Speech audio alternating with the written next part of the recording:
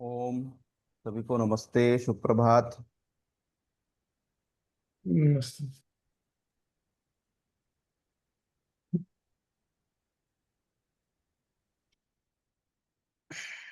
चलिए प्रार्थना करके आज की क्लास प्रारंभ करते हैं।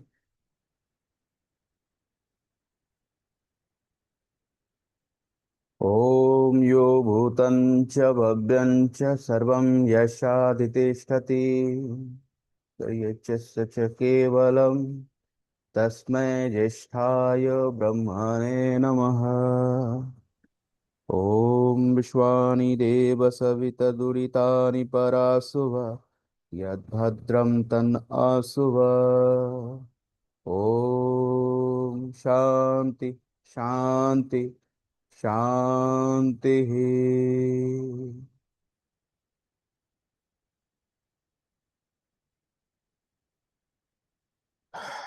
तो हम देख रहे हैं वैदिक कर्मकांड। तो वैदिक कर्मकांड में हमने देखा था पिछली कक्षा में कि सबसे जो है मुख्य कर्म है इसमें यज्ञ। उसके बाद ब्रह्म यज्ञ, संध्या उपासना आदि। उसके पश्चात विभिन्न अलग अलग हमने कर्म भी देखे हैं। जितने भी निष्काम रूपी कर्म होते हैं, स्वार्थ त्याग करके जो लोक कल्याण के लिए कर्म किए जाते हैं, सभी याज्ञिक कर्म होते हैं, यज्ञ स्वरूप ही होते हैं।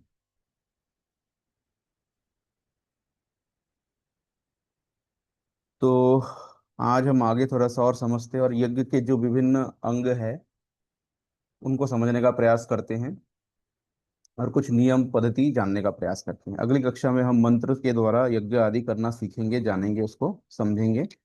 उसके बाद हम संध्या कैसे करते हैं वो भी हम जानने का प्रयास करेंगे अगली कक्षा में। आज हम उसका इन्फॉर्मेशन ले लेते हैं, इंट्रोडक्शन ले लेते हैं, क्या क्या होता है उसमें, क्या क्या क्रियाएं होती है, उनको समझने का प्रयास करते हैं। मेरी आवाज आ रही है ना सभी तक? क्लियर है? कोई इशू तो नहीं है?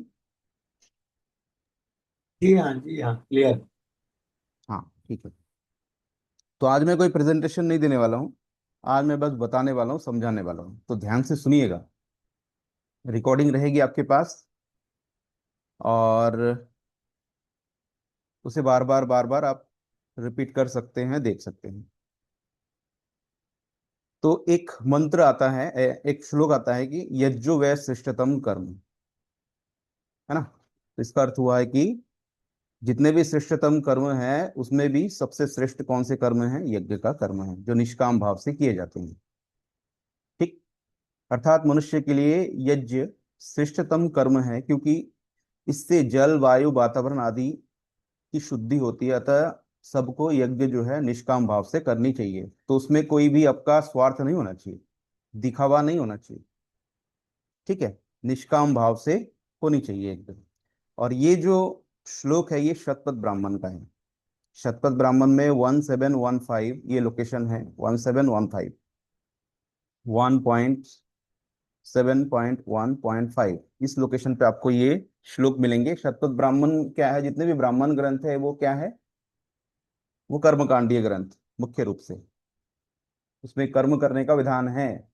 ऋषियों ने जब वेदों को जाना और उन्होंने उसका विस्तार दिया, तो सबसे पहला जो कर्मकांड के ग्रंथ है वो ब्राह्मण ग्रंथ है। तो शतपथ ब्राह्मण ऋग्वेद का अंग है।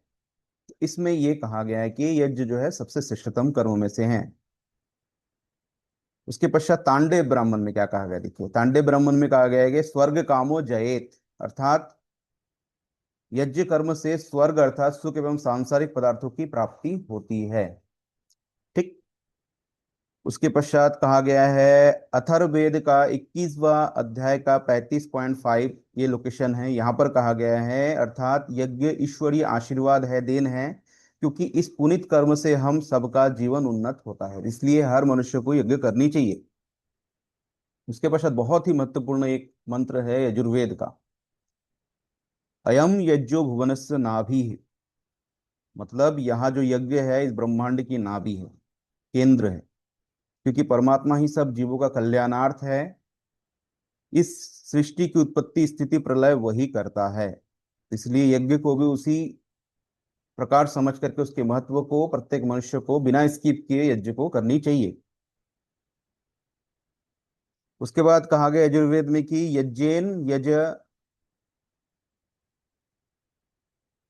यजमय जंतः देवाः, अर्थात इस संसार में जितने भी श्रेष्ठ कर्म हैं वे सब यज्ञ कहलाते हैं। तो जितने भी श्रेष्ठ कर्म हैं, श्रेष्ठ कर्म कौन से होते हैं? जो लोक कल्याणकारी होते हैं, जो सबको सुख देने वाले होते हैं, ऐसे कर्म जो होते हैं, स्वार्थ जिसमें त्याग किया जाता है, ऐसे कर्म जो होते हैं यज्ञ स्वरूप ही होते हैं। ठीक है। उसके पश्चात देखिए, उसके बाद कहा गया कि मनुष्य को यज्ञ के द्वारा स्वर्ग लोक की प्राप्ति होती है। अब स्वर्ग लोक कौन सा है? क्या समझ रहे स्वर्ग लोक आपको, आप लोग इससे? और सभी मनोकामनाओं की पूर्ति होती है, तो यज्ञ करने वाला सदा सुखी रहता है, इससे क्या समझा आप लोगों ने?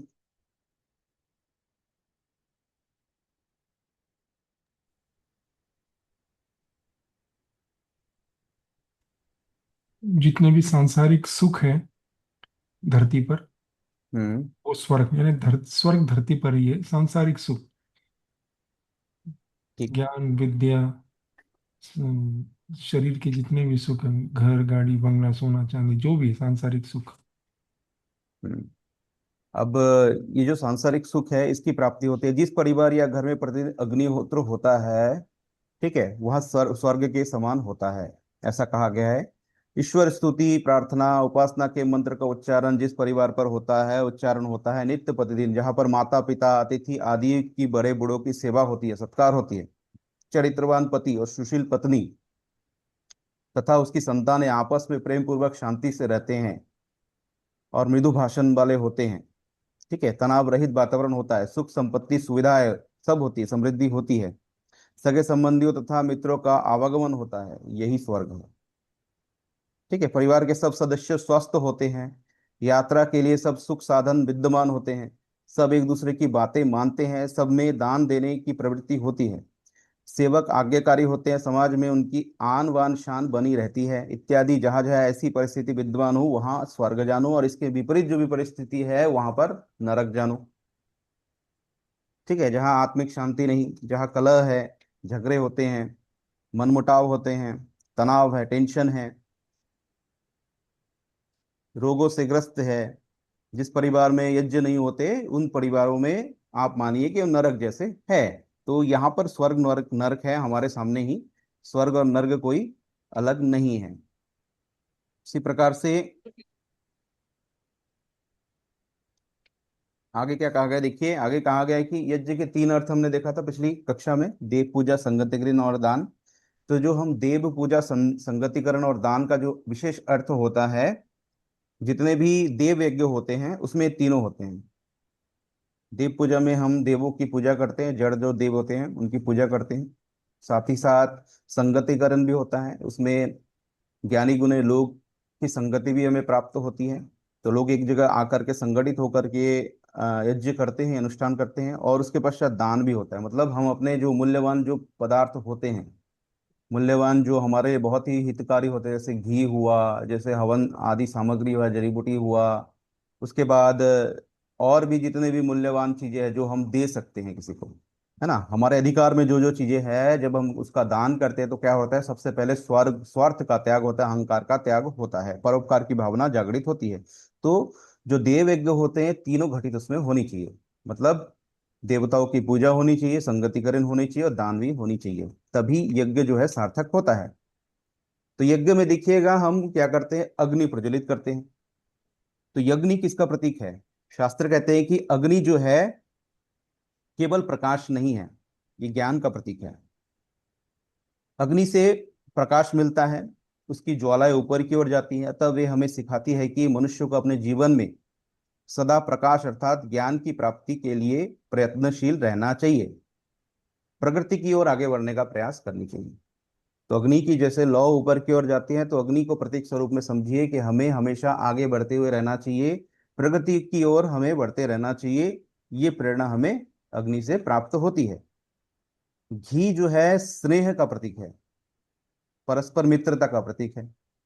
सामग्री जो है संगठन का प्रतीक है, विभिन्न प्रकार के अलग अलग औषधियाँ, विभिन्न प्रकार के अलग अलग जड़ी बूटियाँ, विभिन्न प्रकार के अलग अलग चार प्रकार की समाधि जो सामग्री होती है उनको इकट्ठा हम करते हैं।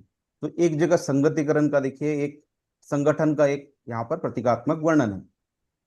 उसी प्रकार सामग्री क्या है, संगठन का प्रतीक है, सब मिल करके सामग्री तैयार करते हैं। समुदाय जो है वो समर्पण का प्रतीक है। स्वाहा जो यज्ञ का आत्मा है, वहां स्वाहा के बिना यज्ञ का जो मूल आत्मा वो प्रकट नहीं होता है। हम अंत में जो भी आहुति देते हैं, मंत्र उच्चारण करने के पश्चात हम क्या बोलते हैं, स्वाहा। स्वाहा इसलिए बोला जाता है कि पूर्ण समर्पण का भाव, जो भी हमें मिला हुआ है, जिसका है उसे फिर से दे दिया, अर्पण कर दिया, जिसका जिसे उसी को अर्पण कर दिया। ठीक है, तो अंदर से भीतर से ये जो भाव है ये प्रकट होनी चाहिए, मेरा कुछ भी नहीं है, पूरा का पूरा जो है वो जिसका है उसी को अर्पण किया। इदम अग्नि इदम नमः, ये अग्नि का है तो मैंने अग्नि को दे दिया, ये परमात्मा का है तो मैंने परमात्मा को दे दिया, वापस कर दिया। ठीक है, तो त्यागपूर्ण जो भाव जो भीतर से उत्पन्न होता है, ये स्वाहा से ही उत्पन्न होता है।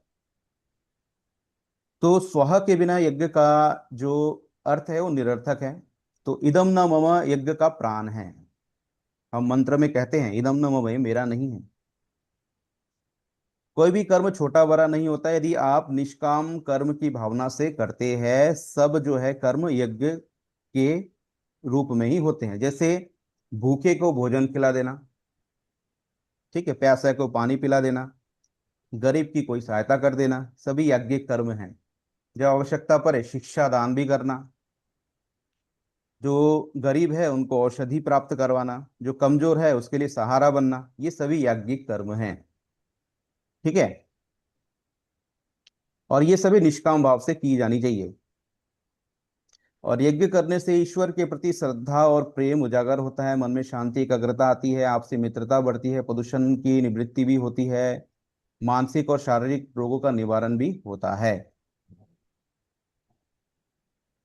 और वेदों में यज्ञ कर्मों को श्रेष्ठतम कर्म की उपाधि प्रदान की गई, क्योंकि यज्ञ कर्म से सब जीवों का उपकार और उद्धार होता है, परोपकार भाईचारा बढ़ता है, परोपकार लाभ बढ़ता है। ठीक है, इसलिए हमें यज्ञ करते रहनी चाहिए। देव पूजा, संगति ग्रहण और दान, ये तीनों जो है यज्ञ के मूल अर्थ है। ये सभी शुभ कर्म करने वाले होते हैं, इसलिए मनुष्य को ये पुण्य देते हैं, और इससे मनुष्य का मन जो है शांत होता है। अब आगे थोड़ा सा समझते हैं। जो हम यज्ञ करते हैं, आप लोगों के से बहुत लोग यज्ञ कर भी रहे होंगे, तो विशेष ध्यान हमें रखना है, यज्ञ का जो कुंड होना चाहिए वो मिट्टी का होना चाहिए या तो तांबे का होना चाहिए। जैसे यज्ञ श्रेष्ठतम कर्म है, उसी प्रकार उसके लिए जो भी उपयोग करने वाली वस्तु है वो भी श्रेष्ठ होनी चाहिए, उसमें कोई मिलावट नहीं होनी चाहिए। वैसे तो शास्त्र कहते हैं कि सबसे श्रेष्ठतम धातु में से होनी चाहिए हवन कुंड, तो सोना का चांदी का होगा तो और बेटर है। हम वो नहीं बना सकते तो फिर हमें बनानी चाहिए तांबे का, एटलीस्ट तांबे का। अगर वो भी नहीं तो भी हम मिट्टी का बना ले। दो प्रकार के यज्ञ है, एक नैमित्तिक जो विशेष अवसर पर होगा, और एक होता है हमारा दैनिक अग्निहोत्र जो हम डेली प्रतिदिन करते हैं, जो सूक्ष्म एक छोटा सा यज्ञ का ही एक भाग है, नित्य प्रतिदिन करने के लिए, गृहस्थी के लिए, है ना। तो उसके लिए हम हवन कुंड मार्केट से जो भी खरीदे वो तांबे का हो या तो मिट्टी का हो, ये ध्यान रखिएगा। लोहे का, टीन का कदाचित नहीं होनी चाहिए, बिल्कुल भी नहीं होनी चाहिए, ध्यान रखिएगा, क्योंकि लोहा जब अग्नि के संपर्क में आता है और विभिन्न प्रकार की जितनी भी हम सामग्री उसमें डालते हैं तो उसके साथ मिक्स होकर के एक प्रकार का गैस उत्पन्न करता है, जो हमारे लिए नकारात्मक वातावरण तैयार करता है। तो टीन का उपयोग ना करें, लोहा का प्रयोग ना करें, केवल और केवल तांबे का उपयोग करिए या फिर मिट्टी का उपयोग करिए, ये विशेष ध्यान रखिएगा।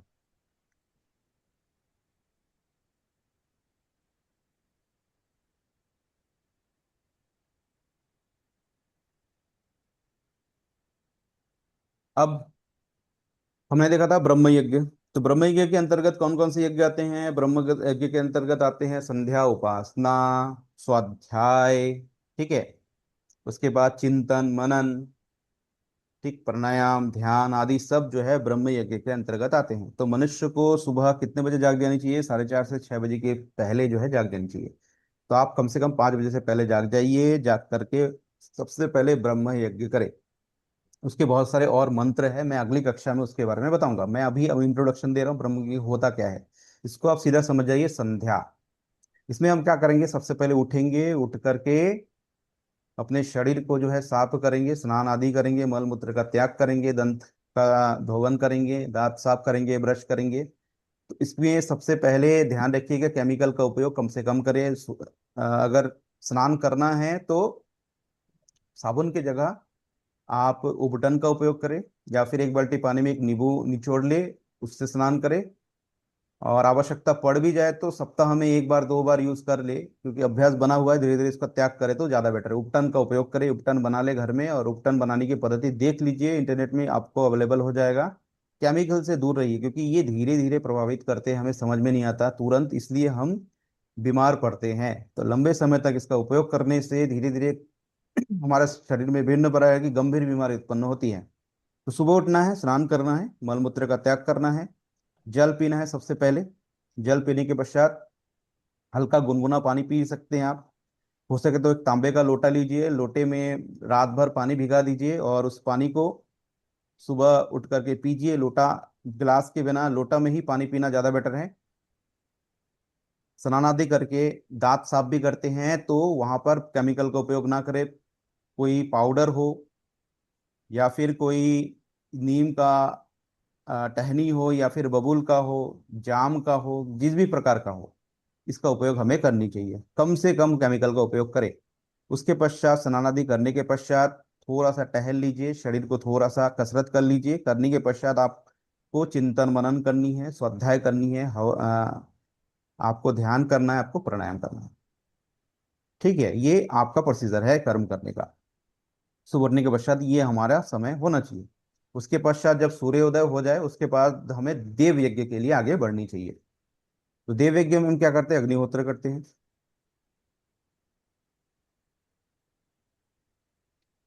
तो संध्या, जो ध्यान है, जो स्वाध्याय है, जो प्राणायाम है, और जो चिंतन मनन है, क्योंकि ये ब्रह्म मुहूर्त का समय होता है, 4:30 बजे से लेकर के 5 बजे के बीच का समय। तो ब्रह्म मुहूर्त में जाग करके मनुष्य को इन कार्यों को करना चाहिए। जितने भी चमत्कारी कार्य होते हैं, जितने भी लोक कल्याणकारी कार्य होते हैं, चिंतन मनन के कार्य होते हैं, और जीवन के प्लानिंग बनाने वाले कार्य होते हैं, डीप थिंकिंग वाले होते हैं, इनोवेशन वाले होते हैं, इसी समय करनी चाहिए, हमें सोचनी चाहिए।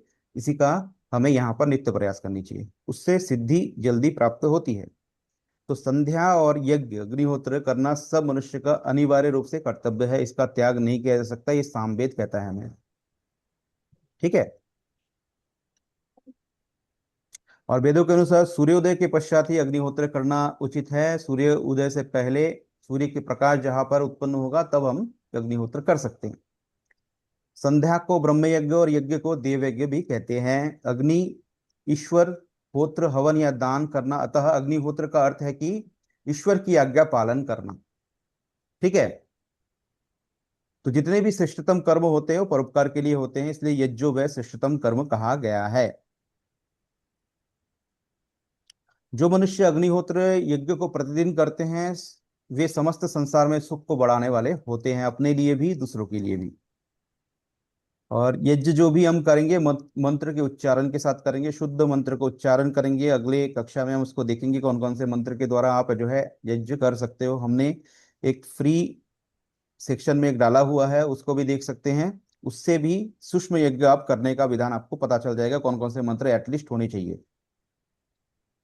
और एक चीज ध्यान रखिएगा, जो यजमान होते हैं, आप स्वयं यजमान हो, आप दैनिक अग्निहोत्र कर रहे हो, तो स्वयं उच्चारण आपको करनी है।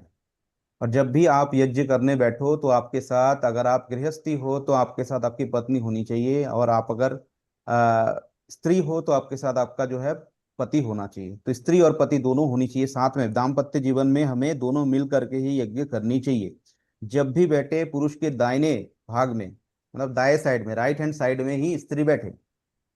ठीक है। अगर आप विवाहित है तो आपके दाहिने साइड में ही, अगर पुरुष है, पुरुष के दाहिने साइड में स्त्री बैठेगा, और स्त्री के बाएं साइड में पुरुष बैठेगा। और हमारा मुख किधर होना चाहिए? पूर्व की दिशा में होनी चाहिए। सूर्य की दिशा में हमारा मुख होना चाहिए, उस दिशा में बैठेंगे हम, और यज्ञ करेंगे या फिर हम अग्निहोत्र करेंगे। शुद्ध मंत्र का उच्चारण के साथ करेंगे। तो आप जो होंगे वहां पर यजमान होंगे, तो जो भी आप यज्ञ में आहुति दोगे तो उसका लाभ आपको प्राप्त होगा। आसपास बैठे हुए लोगों को उसका लाभ प्राप्त नहीं होगा, उसका परिणाम केवल प्राप्त होगा। ठीक है।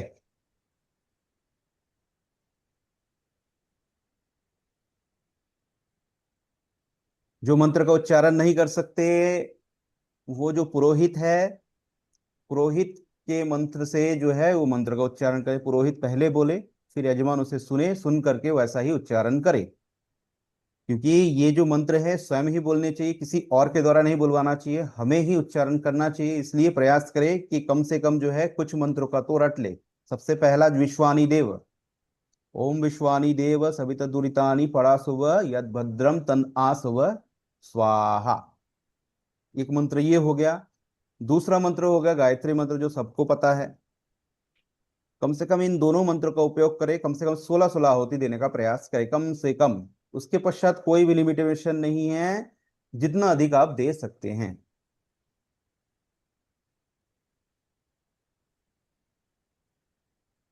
और ये यज्ञ में मंत्र का उच्चारण करना अनिवार्य है। अगर कोई नहीं कर सकता, ओम का उच्चारण कम से कम किया करे।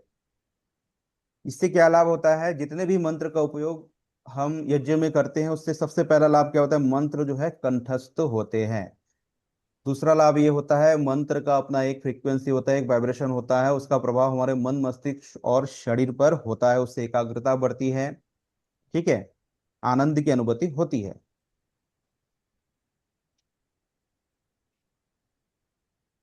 उसके बाद जहां भी यज्ञ करे वहां का स्थान जो है स्वच्छ होना चाहिए, निर्मल होना चाहिए। यज्ञ का कुंड जो है पूरा तरीके से साफ सुथरा होनी चाहिए। उसमें किसी भी प्रकार की दुर्गंध या फिर किसी भी प्रकार का उसमें समस्या नहीं होनी चाहिए। उस पूरी पूर्ण रूप से पवित्र होना चाहिए, साफ होना चाहिए। जहां पर बैठे आसन, आसन भी बिल्कुल साफ होनी चाहिए। और किसी भी प्रकार का आसन का उपयोग कर सकते हैं बैठने के लिए, ठीक है। कुशा का हो, सूती का हो, गद्दा हो, जिस भी प्रकार का आसन आप बना सकते हैं बना लीजिए। जब भी यज्ञ का कुंड स्थापित करें तो चार साइड में चार लोग बैठ सकते हैं, ठीक है। कॉर्नर में नहीं बैठना है, कॉर्नर में बैठना वर्जित है। किसी भी हमारे अम, वैदिक शास्त्रों में इस प्रकार का उल्लेख नहीं कि कॉर्नर में बैठा जाए। हमको सीधा सीधा उसका जो डायरेक्शन है चारों साइड का, उसी साइड में हमें बैठना है। और कोई अगर विवाहित है, स्त्री हो या पुरुष हो, उसके राइट और बाएं साइड में ध्यान रखिएगा कोई भी भाई बहन ना बैठे। केवल और केवल उसके दाम्पत्य जीवन में जो उसकी संगनी है, पति पत्नी, उसका ही अधिकार होता है दाएं और बाएं साइड में बैठने का।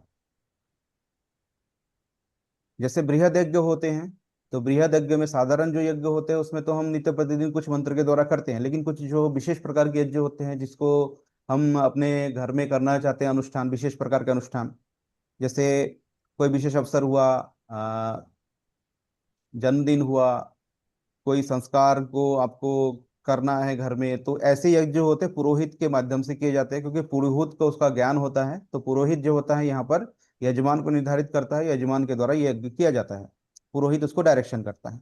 लेकिन जो बृहद यज्ञ होते हैं ना, वो ब्रह्म यज्ञ होते हैं। उसके बाद जितने भी राजस्व यज्ञ होते हैं, ये सब बृहद यज्ञ होते हैं। उसके लिए ना पुरोहित नहीं होते हैं। उसमें क्या होता है, बड़े बड़े जो विद्वान जो होते हैं, प्रकांड विद्वान होते हैं, उस पर्टिकुलर मंत्र के, पर्टिकुलर यज्ञ के जो होते हैं ज्ञानी गुणी होते हैं, निरीक्षक होते हैं। तो इसमें जो हमें कहा गया है कि बृहद यज्ञ में एक होता है ब्रह्मा, ठीक है। ब्रह्मा क्या होता है? उस यज्ञ का निरीक्षक होता है, और उसकी देख रेख में संपूर्ण यज्ञ जो है वो संपन्न होता है। और यज्ञ में अगर कोई भी गलती होता है तो ब्रह्मा को उसका पाप लगता है। ब्रह्मा उसका निरीक्षक होता है। अध्वर्यु कौन होता है? अध्वर्यु जो होता है वो ऋग्वेद के मंत्रों का पाठ करने वाला होता है, उद्गाता होता है एक। और वो क्या करता है? सामवेद के जो मंत्र है उसका उच्चारण वहां पर करता है, उसका पाठ वहां पर करता है। एक होता है होता, ये यजुर्वेद के मंत्रों का उच्चारण, साथ ही साथ ये क्या करता है? अथर्ववेद के मंत्रों का भी उच्चारण यहाँ पर करता है।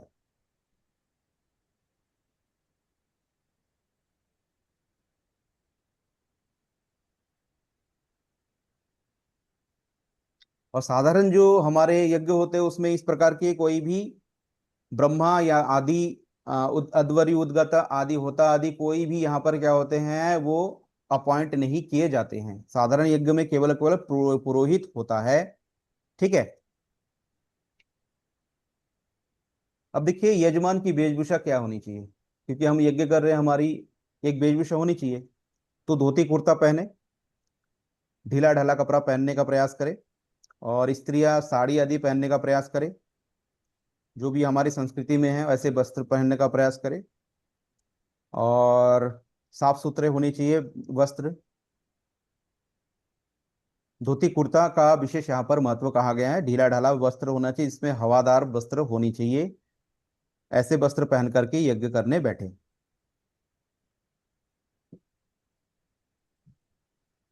और एक चीज हमें ध्यान देनी चाहिए कि यहाँ पर हमें एक उल्लेख मिलता है कि बिना यज्ञोपवीत संस्कार के, जिनका उपनयन संस्कार नहीं हुआ है, ये यज्ञ करने का अधिकारी नहीं होता है। वो ही हमें अधिकार देता है यज्ञ करने का। तो उपनयन संस्कार तो बहुत से होंगे जिनका हुआ नहीं है, क्योंकि आज वो परंपरा रही नहीं गुरुकुलवारी, जहाँ पर हम 5 वर्ष से लेकर के 8 वर्ष की आयु तक हम क्या करते थे, गुरुकुल में भेजते थे। वहीं पर गुरु द्वारा उपनयन संस्कार होता है। यज्ञोपवीत संस्कार के द्वारा उसका पहला जो ज्ञान दृष्टि वहीं से स्फुटित होती थी, है ना। दूसरा जन्म होता था, हम द्विज बनते थे। तो जो ये नहीं होता है, जिसका यज्ञ करने का अधिकारी नहीं होता है, अब जैसी परिस्थिति है उसके कारण ये नहीं है। आज के अनुसार आप जो है इसको आप लागू नहीं कर सकते। समय बदल गया, परिस्थिति बदल गया, वैसे सिस्टम भी नहीं है। तो इसलिए ये जो परिस्थिति है, इसको हम आज ऐसे कर सकते हैं कि हम नित्य प्रतिदिन यज्ञ तो किया करें। इसको विशेष हम ध्यान में नहीं रख सकते, अभी इसको इतना महत्व नहीं दे सकते, क्योंकि वो समय नहीं है, वो परिस्थिति भी नहीं है। जिस परिस्थिति में ये कही गई थी ये बातें, उस परिस्थिति के लिए सही है।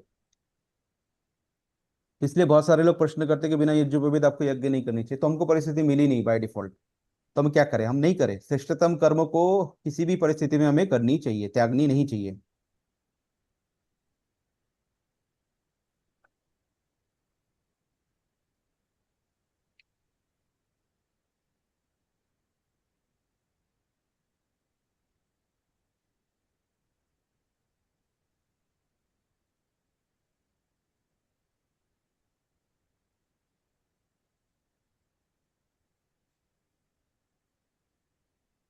हाँ, यज्ञ के समय ना हमें एक संकल्प पाठ का उच्चारण करना चाहिए। संकल्प पाठ 2 प्रकार का होता है। संकल्प पाठ में हम संकल्प लेते हैं, साथ ही साथ हम इसमें हम ब्रह्मा के एक दिन से लेकर के, सृष्टि की उत्पत्ति से लेकर के आज के समय तक का पूरा कैलकुलेशन भी करते हैं इसमें। तो एक लघु होता है, एक बृहद होता है। जैसे बृहद वाला होता है, हमने आपको पहले भी बताया था, ओम ब्रह्मणो दिवसे द्वितीय प्रहरार्धे व्यवस्वत मंतरे अष्टविंशति में कलियुगे कलि प्रथम चरणे। इस प्रकार से हम क्या करते हैं, बृहद करते हैं। मतलब सृष्टि के आदि से लेकर के प्रथम दिन से लेकर के आज तक का पूरा कैलकुलेशन करते हैं, तिथि नक्षत्र की गणना के द्वारा। ये बृहद होता है। ये विशेष विशेष अवसर पर किए जाते हैं। एक होता है लघु, जिसका मैं अगली कक्षा में मंत्र के साथ उसको बताऊंगा। उसका उच्चारण आप नित्य प्रतिदिन क्या है कर सकते हो, जिसके बाद आप जो है विभिन्न मंत्रों के द्वारा यज्ञ का संपन्न कर सकते हो। उसके पश्चात देखिएगा, यज्ञ करने के पश्चात एक मौल भी बांधा जाता है हाथों में, एक रक्षक कलावा टाइप का बांधा जाता है, मौली बांधा जाता है हाथों में। ये सब वैदिक यज्ञ का भाग नहीं है। लाल धागा बांधते हैं ऐसे करके हाथों में, ठीक है, ये वैदिक यज्ञ का भाग नहीं है।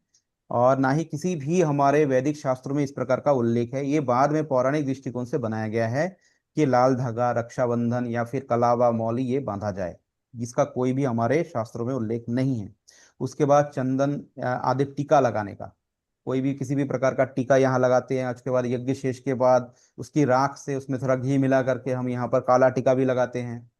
ये सब वैदिक परंपरा नहीं है, ये बाद में बनाई गई परंपराएं हैं, प्रथाएं हैं, जिसका हमें त्याग करनी चाहिए। आपको यहाँ पर एक टीका लगाने का, एक चंदन का टीका लगाने का अधिकार दिया गया है कि चंदन जो होता है शीतल होता है, ठंडक होता है, मस्तिष्क को ठंडा करता है।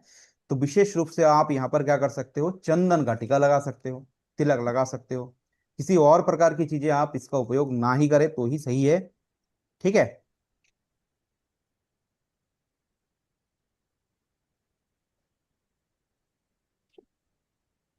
अब देखिए, जो समुदाय होती है, यज्ञ की जो समुदाय होती है, वो किस प्रकार की होनी चाहिए। तो संविदा का उपयोग क्या है हमारे यज्ञ में, क्योंकि हम अग्नि प्रज्वलित करते हैं। तो अग्नि जब प्रज्वलित होती है, तो उस अग्नि को तेज देने के लिए, गति देने के लिए कुछ विशेष पदार्थों की आवश्यकता होती है, लकड़ियों की आवश्यकता होती है, जिसे क्या कहते हैं, संविदा कहते हैं। और ये जो संविदा होती है, चंदन और पलाश आदि जैसे वृक्षों की होनी चाहिए। क्यों होनी चाहिए मैं आगे बताऊंगा। और ये पूरी तरह से घी पात्र में, या तो 2-4 संविदा क्या करिए, घी पात्र में डुबो करके, ये मैं आगे के क्लास में बताऊंगा जहां पर हम ये यज्ञ करेंगे तब।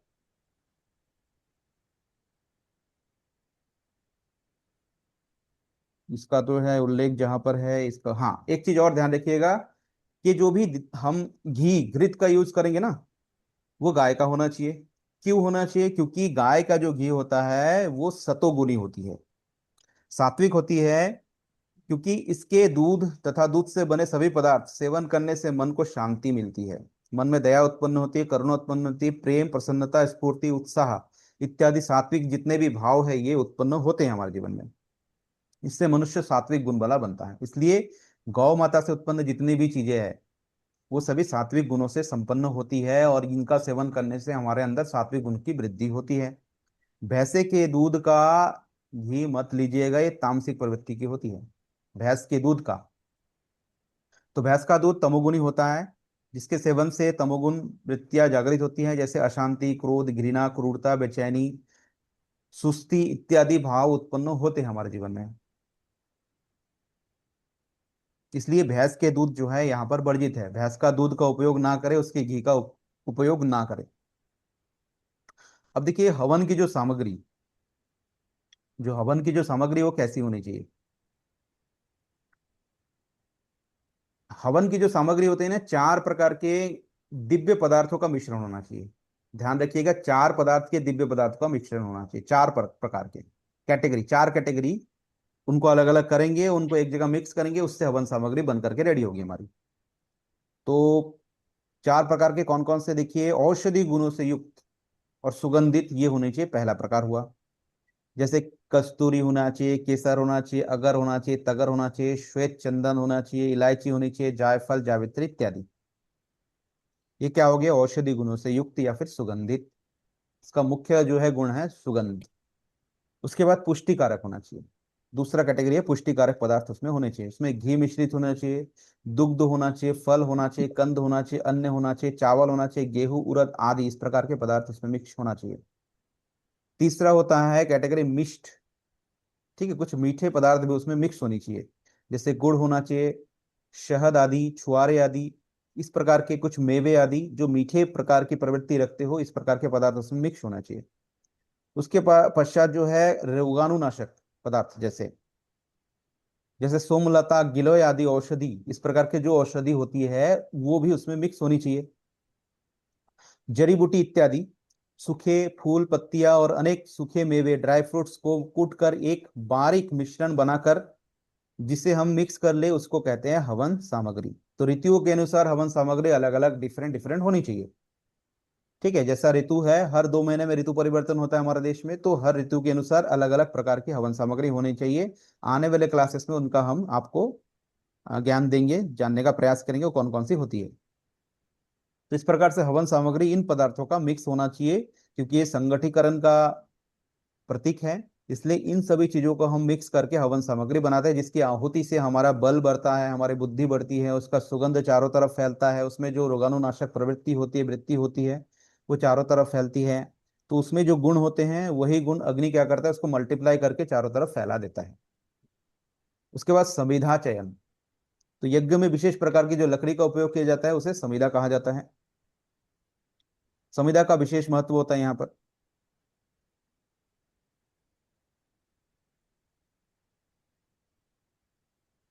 एक चीज ध्यान रखिएगा, जितनी भी समिधाएं होती है वो समिधाएं साफ सुथरी होनी चाहिए, उसमें कीड़े लगे नहीं होनी चाहिए, अच्छी तरह साफ सुथरे किए हुए, छोटी छोटी बड़ी बड़ी कटी हुई, जैसे यज्ञ कुंड है उसके हिसाब से होनी चाहिए। और उसमें कोई भी जीव आदि नहीं होना चाहिए, उसे धूप में अच्छे से सुखा ले, साफ कर ले, और अग्नि ठीक से प्रज्वलित हो जाए, इस प्रकार की संविदा होनी चाहिए। देखिए, यज्ञ को अध्वर भी कहा गया। अध्वर, अध्वर का अर्थ होता है कि जहां हिंसा ना हो।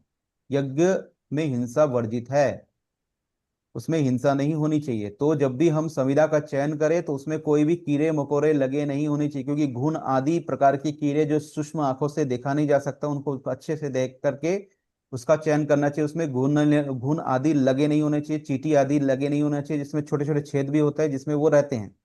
तो इस प्रकार के साफ सुथरा पवित्र करने वाले जो समुदाय होते हैं उनका उपयोग करिए, क्योंकि यज्ञ में हिंसा नहीं होती, हिंसा से बचना चाहिए यज्ञ में।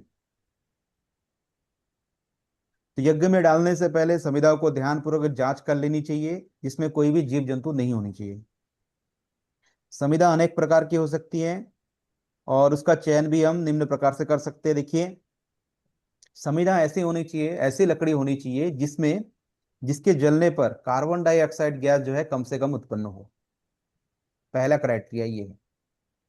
कार्बन डाइऑक्साइड तो उत्पन्न होंगे लेकिन कम से कम उत्पन्न हो।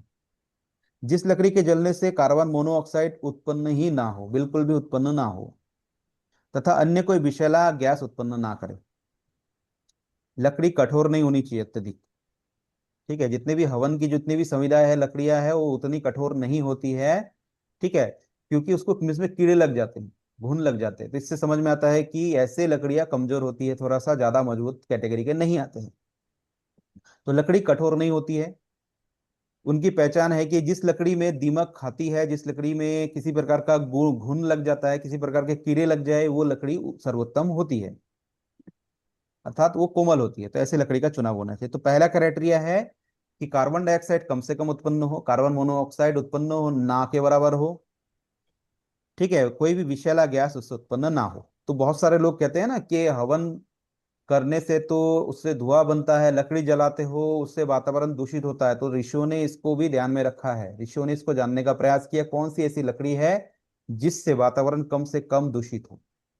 ठीक है, तो उन्होंने हमें कुछ इस प्रकार से बना करके दिया है कि इन वृक्षों की जो लकड़ियां होती है, इनका उपयोग करने से वातावरण को कम से कम क्षति और लाभ अधिक प्राप्त होता है।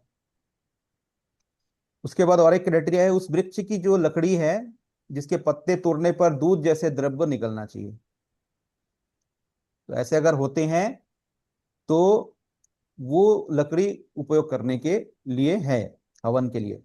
ऐसी लकड़ी जो जलने पर राख हो जाती है, कोयला नहीं बनाती। ठीक है, ऐसी लकड़ी जो जलने पर राख हो जाती है, कोयला नहीं बनाती, ऐसी लकड़ी का भी चयन करना चाहिए। तो हमारे ऋषियों ने इसका खोज किया, उन्होंने रिसर्च किया कि इस प्रकार की कौन कौन सी लकड़ियां हैं जिसमें ये गुण है। तो उन्होंने सबसे पहला रखा इसमें चंदन की लकड़ी। ठीक है, तो पहले पहले जो श्रेणी में जो पहला जो स्थान है वो चंदन की लकड़ी का है। उसके पश्चात आम, पीपल, बड़, गुलर, पलाश, शमी जैसे वृक्षों की लकड़ियां जो है संविदा के रूप में प्रयोग की जा सकती है। और हर एक देश की अपनी अपनी एक प्राकृतिक संसाधन होते हैं, उसके अनुसार वहां पर पेड़ पौधे आदि उगते हैं।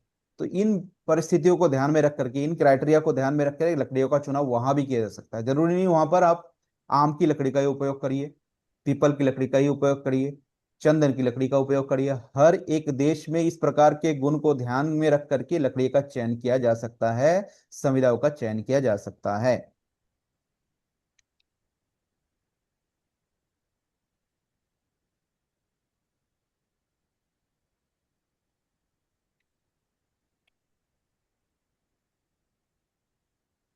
अब आगे कहते हैं कि देखिए, यज्ञ अग्नि में जो हम स्वाहा के द्वारा जो भी आहुति प्रदान करते हैं, मंत्र उच्चारण के पश्चात अंत में हम स्वाहा बोलते हैं, वो सीधा सीधा जो होता है देवताओं को प्राप्त होते हैं। स्वाहा को यज्ञ का आत्मा कहा गया है। स्वाहा का अर्थ है त्याग और समर्पण के भाव से प्रदान करना, अपना निस्वार्थता के साथ, है ना, अपना अहंकार त्याग करके जब हम कुछ भी देते हैं तो वो स्वाहा का भाव होता है। स्वाहा का और एक अर्थ होता है कि अहंकार अभिमान समाप्त हो जाए आपका। स्वाहा के उच्चारण से ये भाव मन में उत्पन्न होनी चाहिए कि मेरा अहंकार कम हो रहा है और ये मेरा कुछ भी नहीं है, ये जो भी है किसका है, परमात्मा का है, मेरा कुछ भी नहीं है, मुझे कुछ समय के लिए उपभोग के लिए मिला हुआ है। स्वाहा का एक भी और अर्थ होता है कि हमेशा वाणी से सत्य बोला करे और अपने दुर्गुणों को वहां पर जो है काम, क्रोध, मोह, लोभ आदि जितने भी दुर्गुण हमारे हैं वो स्वाहा के साथ वो समर्पित हो जाए यज्ञ में। अहंकार का त्याग करे, काम का त्याग करे, क्रोध का त्याग करे, लोभ का त्याग करे, मोह का, ईर्ष्या, द्वेष, राग द्वेष आदि सब का त्याग कर दे वहां पर।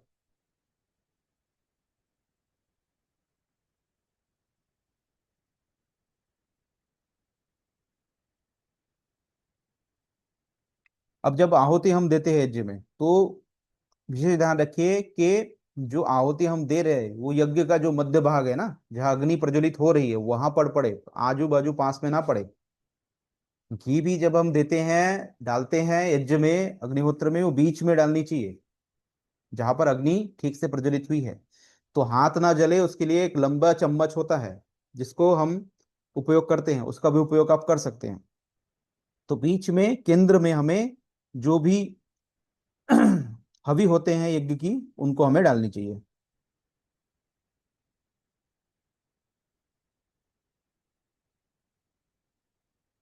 तो स्वाहा के उच्चारण के साथ ही आहुति को डालना चाहिए, प्रदान करना चाहिए। घृत तथा सामग्री की आहुतियां सदा अग्नि के ऊपर ही दी जानी चाहिए, आजू बाजू ना डाले, आजू बाजू डालने से वो जलेगा भी नहीं ठीक से, उसका पूर्ण रूप से उपयोग नहीं हो पाएगा। ठीक है, तो पूर्ण रूप से उपयोग करना है तो आपको बीच में डालना पड़ेगा।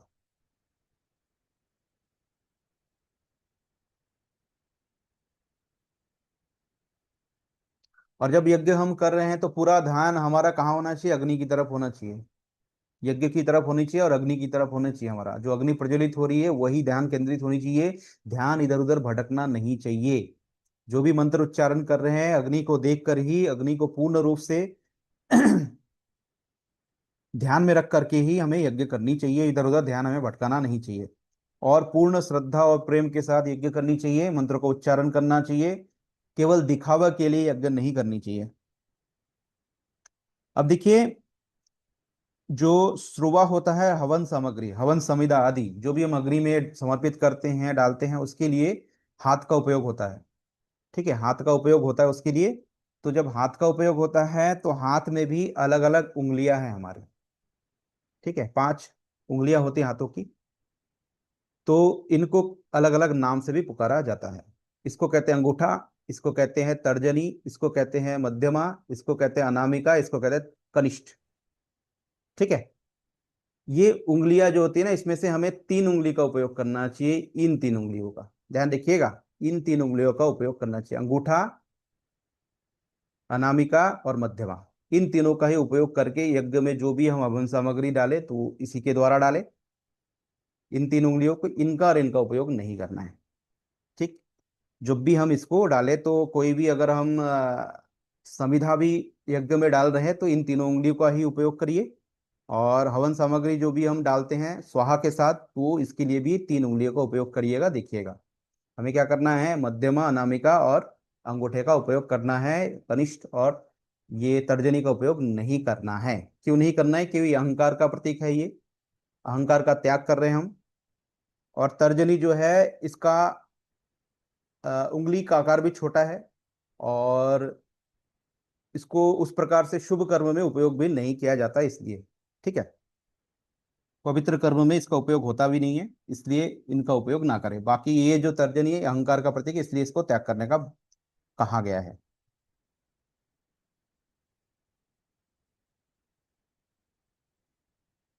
और जब भी हम हवन सामग्री अग्नि में डाले तो एक चीज ध्यान रखिएगा, हवन सामग्री पूरा सूखी होती है, पाउडर फॉर्म में होती है, तो उसमें कुछ घी को मिक्स कर लीजिएगा, जिससे क्या हो जाएगी? थोड़ी गीली हो जाएगी।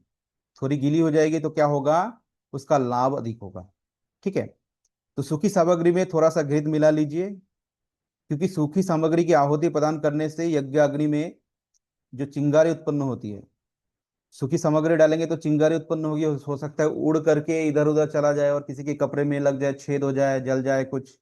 तो विभिन्न विभिन्न प्रकार की, इस प्रकार की दुर्घटना भी हो सकती है। तो उसको हम थोड़ा सा गीला कर ले घी से, और जब उसको करेंगे तो उड़ेगी नहीं, चिंगारी नहीं निकलेगी। इसका तो पहला लाभ ये होगा, नहीं तो फिर यज्ञशाला में खतरनाक स्थिति भी बन सकती है। और यजमान को हमेशा जिज्ञासु होनी चाहिए, जानने का प्रयास करना चाहिए ये मंत्रों का अर्थ क्या है। उच्चारण जो करनी चाहिए मंत्र का, उनका अर्थ जानकर ही करना चाहिए, अशुद्ध उच्चारण नहीं करना चाहिए। भले धीरे धीरे बोले, तोड़ तोड़ के मंत्र को बोले, लेकिन मंत्रों का उच्चारण कभी भी अशुद्ध नहीं करनी चाहिए।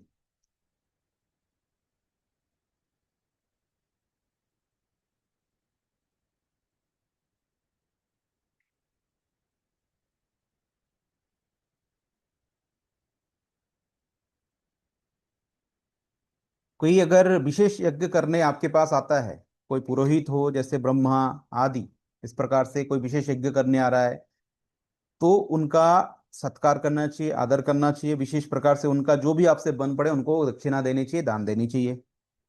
तो दान का यहाँ पर अर्थ क्या होता है? अपना जो प्रियतम कोई भी वस्तु है उसका दूसरों के प्रियतम में उसको जोड़ देना, है ना। उसका त्याग करना, वस्तु का त्याग नहीं करना है, वस्तु के साथ जो लगाव है हमारा उसका त्याग कर देना है। और जो दान की जानी चाहिए वो श्रद्धा और प्रेम के साथ भेंट करनी चाहिए। तो त्याग और समर्पण भाव से अपना सर्वस्व ईश्वर को अर्पित करना चाहिए, ये भाव हमारे मन में होना चाहिए। और दान जो भी करे सुपात्र को करे, कुपात्र को नहीं करना चाहिए, कदाचित भी नहीं करना चाहिए। स्मरण रहे कि दान मांगा नहीं जाता, वो ऑटोमेटिक दिया जाता है, भेंट किया जाता है। दान की अनेक वस्तुएं हो सकती है, भले वो फल हो, वस्त्र हो, बर्तन हो, आभूषण हो, धन हो, श्रम हो, सेवा हो, अनेक प्रकार की चीजें दान की जा सकती है।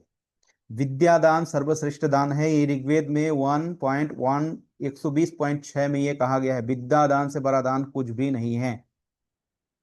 लोकेशना की भावना से दिया गया दान पूर्ण रूप से फलित नहीं होती। मतलब अगर दान दे रहे हो और चाह रहे हो कि दिखावा भी कर रहे हो दान देने का, तो उस दान का कोई फल प्राप्त नहीं होता। दान गुप्त रूप में दी जानी चाहिए, किसी को पता भी नहीं ना चले, अनजान रहो उससे, किसी को बताओ मत। दान दाता जो होता है कभी भी निर्धन नहीं होता, अपितु वहां अधिक से अधिक और समृद्धशाली होता जाता है। इसलिए वेद कहते हैं अपनी क्षमता और आवश्यकता के हिसाब से दान करते रहो, दान का त्याग नहीं किया जा सकता। संसार में जितने भी प्रकार के दान है उसमें विद्या रूपी दान सबसे उत्तम है।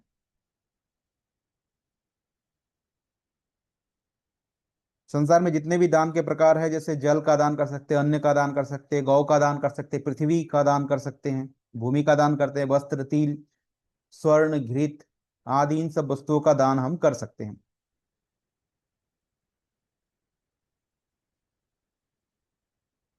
उसके बाद और एक कह रहे हैं ऋग्वेद में, मनुष्य जैसे ज्ञान दूसरे से प्राप्त करता है ना, ज्ञान, क्योंकि हमारा जन्म से ज्ञानी हम हो नहीं सकते, ज्ञान हमें किसी ना किसी से प्राप्त हुआ है। तो जैसे हमें दान स्वरूप ज्ञान मिला हुआ है आगे से, औरों से, विद्या जो भी मिली है मनुष्य को उस विद्या का भी दान करना चाहिए, उसका परम धर्म है। तो मनुष्य जैसा औरों से विद्या पावे वैसा ही देवे, क्योंकि विद्या दान के समान कोई और धर्म बड़ा नहीं है। इसलिए दक्षिणा आदि यज्ञ के पश्चात जितनी भी दक्षिणा आदि होती है वो सब देनी चाहिए, क्योंकि सेवा के बदले उनका वो रिवॉर्ड है।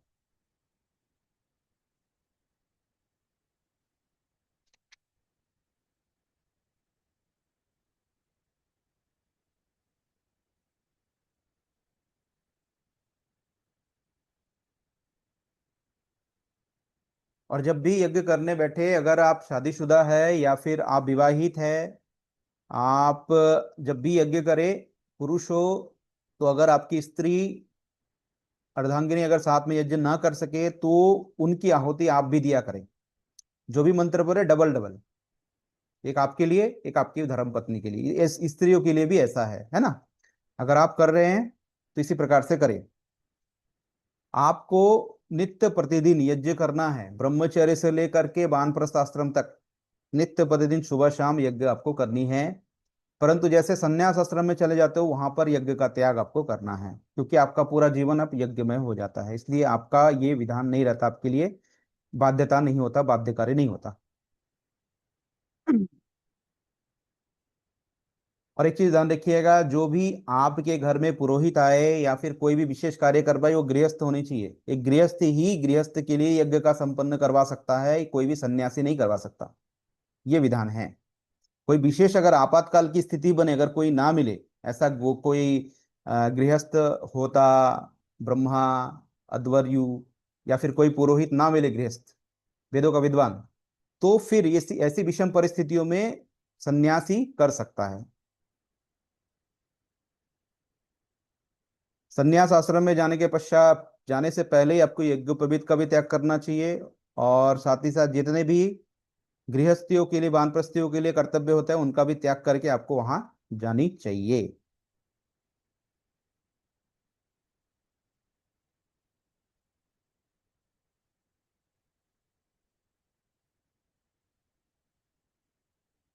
तो अभी हमने देखा देव यज्ञ कैसे कैसे किया जाता है, ठीक है, उनके कुछ नियम हमने जाना, इन नियमों को ध्यान में रखिएगा, आगे जो भी यज्ञ करेंगे तो उनमें इन नियमों को ध्यान में रख करके हमें यज्ञ करनी है। उसके बाद कुछ और यज्ञ होते हैं, जैसे हमने देखा ब्रह्म यज्ञ, उसमें क्या करना है, संध्या, ध्यान, आर्ष ग्रंथों का अध्ययन, पढ़ना पढ़ाना, सुनना सुनाना, आत्मनिरीक्षण होता है इसमें। ब्रह्म यज्ञ में हम ये करते हैं। देव यज्ञ में हम अग्निहोत्र कर रहे हैं। पितृ यज्ञ में हम माता पिता गुरु आदि की सेवा कर रहे हैं, उनका भरण पोषण कर रहे हैं, उनका श्रद्धा पूर्वक निष्काम भाव से सेवा कर रहे हैं, पालन कर रहे हैं उनके आज्ञाओं का। और एक चीज ध्यान रखिए, जितने भी धर्म पूर्वक आज्ञा है उनके पालन करने के लिए आप बाध्य हो। अधर्म युक्त जितनी भी आज्ञा है उनके लिए नहीं। ठीक है। उसके बाद एक है बलि वैश्य देव यज्ञ। उसमें हमें क्या करना है, भूत, ये स्त्रियों के लिए विशेष है, इसका विधान स्त्रियों के लिए विशेष रखा गया है कि हर एक स्त्री जो है बलि वैश्यदेव यज्ञ करे। तो इसका तो कॉम्प्लिकेटेड जो है वर्णन हमारे शास्त्रों में है, हम आज तो ये नहीं कर सकते। बहुत सारे मंत्रों का उच्चारण करते हुए यज्ञ वेदी से अग्नि ले करके हम जो है रसोई में आग जलाए, उसके बाद यहाँ पर की गई बहुत प्रोसेस के बारे में कहा गया है। तो मैं यहाँ पर आज की स्त्रियों के लिए ये कहूंगा, जितने भी हमारे यहाँ पर नारी शक्ति है उनको ये सुनना चाहिए कि जब भी आप भोजन बनाए, भोजन पकाए, तो एक भाग, है ना, एक भाग जो है अलग से ले, कुछ एक्स्ट्रा ले। जो भी आप बना रहे हो उसका कुछ एक्स्ट्रा लो, ले करके जो है उसको पकाओ। पका करके वो किसके लिए निकाल रहे हो, एक्स्ट्रा आप पहले से ही निकाल के ले रहे हो, बाद में बचा हुआ नहीं दे रहे हो उनके लिए। तो जितने भी पशु पक्षी है, कीट पतंग है, उनके लिए हमें बलि विषय यज्ञ करनी चाहिए। तो एक्स्ट्रा हमें कुछ भोजन उनके लिए पकानी चाहिए, विशेष भाग निकालना चाहिए उनको भोजन से। बचे हुए भोजन को उन्हें देने से कोई अर्थ नहीं होता है। बलि विषय यज्ञ में स्त्रियों को एटलीस्ट ये हमें करनी चाहिए। तो स्त्रियों को विशेष रूप से ये ध्यान देनी चाहिए।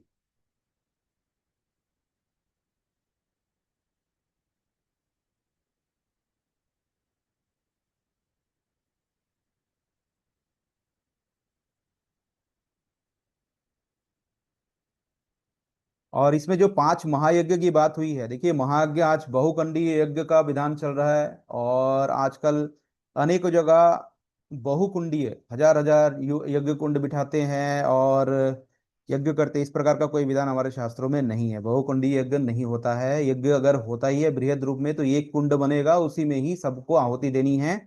ठीक है। बहुकुंडी यज्ञ का विधान नहीं है, पूरी तरीके से ये अपना बनाया हुआ है। और इसको अलग अलग प्रकार से महायज्ञ का नाम देते हैं। पंच महायज्ञ से ऊपर कोई और महायज्ञ नहीं है। जो भी बनाया गया है अपने मनगढ़ंत चीजें हैं, परंपरा तोड़ करके बनाई गई है। इस संस्कृति का हनन है। 5 महायज्ञ है, जिसमें एक अतिथि यज्ञ भी है, जिसमें हमें क्या करना चाहिए, जो भी साधु संत ब्रह्मचारी आदि आते हैं हमारे घर में, उनका आदर सत्कार सम्मान, उनसे ज्ञान की प्राप्ति करनी चाहिए। ये हमारे ब्रह्म ब्रह्म यज्ञ है। तो यज्ञ के 3 प्रधान भाग है। पहला है संकल्प पाठ, दूसरा है मंत्र भाग, और तीसरा जो है आहुति। इन तीनों का सही से ठीक ठीक जान करके ही इनका उपयोग हमें करनी चाहिए। यज्ञ का मुख जो है पूर्व दिशा में होनी चाहिए, यजमान का मुख। और जो पति पत्नी को बैठने का विधान तो हमने बता दिया, कैसे बैठना है हमें, दाहिने साइड में बैठे।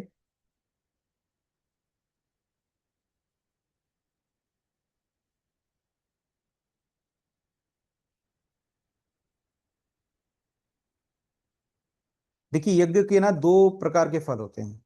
एक होता है उसका लाभ, एक होता है उसका परिणाम, एक प्रभाव। ठीक है। तो लाभ यजमान को प्राप्त होता है, इसलिए स्वयं का यज्ञ करनी चाहिए। जहाँ सामूहिक यज्ञ होता है उसमें भी कुछ लोग यजमान होते हैं, क्योंकि यजमान उन लोग होते हैं जिन्होंने यज्ञ की सब संपूर्ण व्यवस्था की है।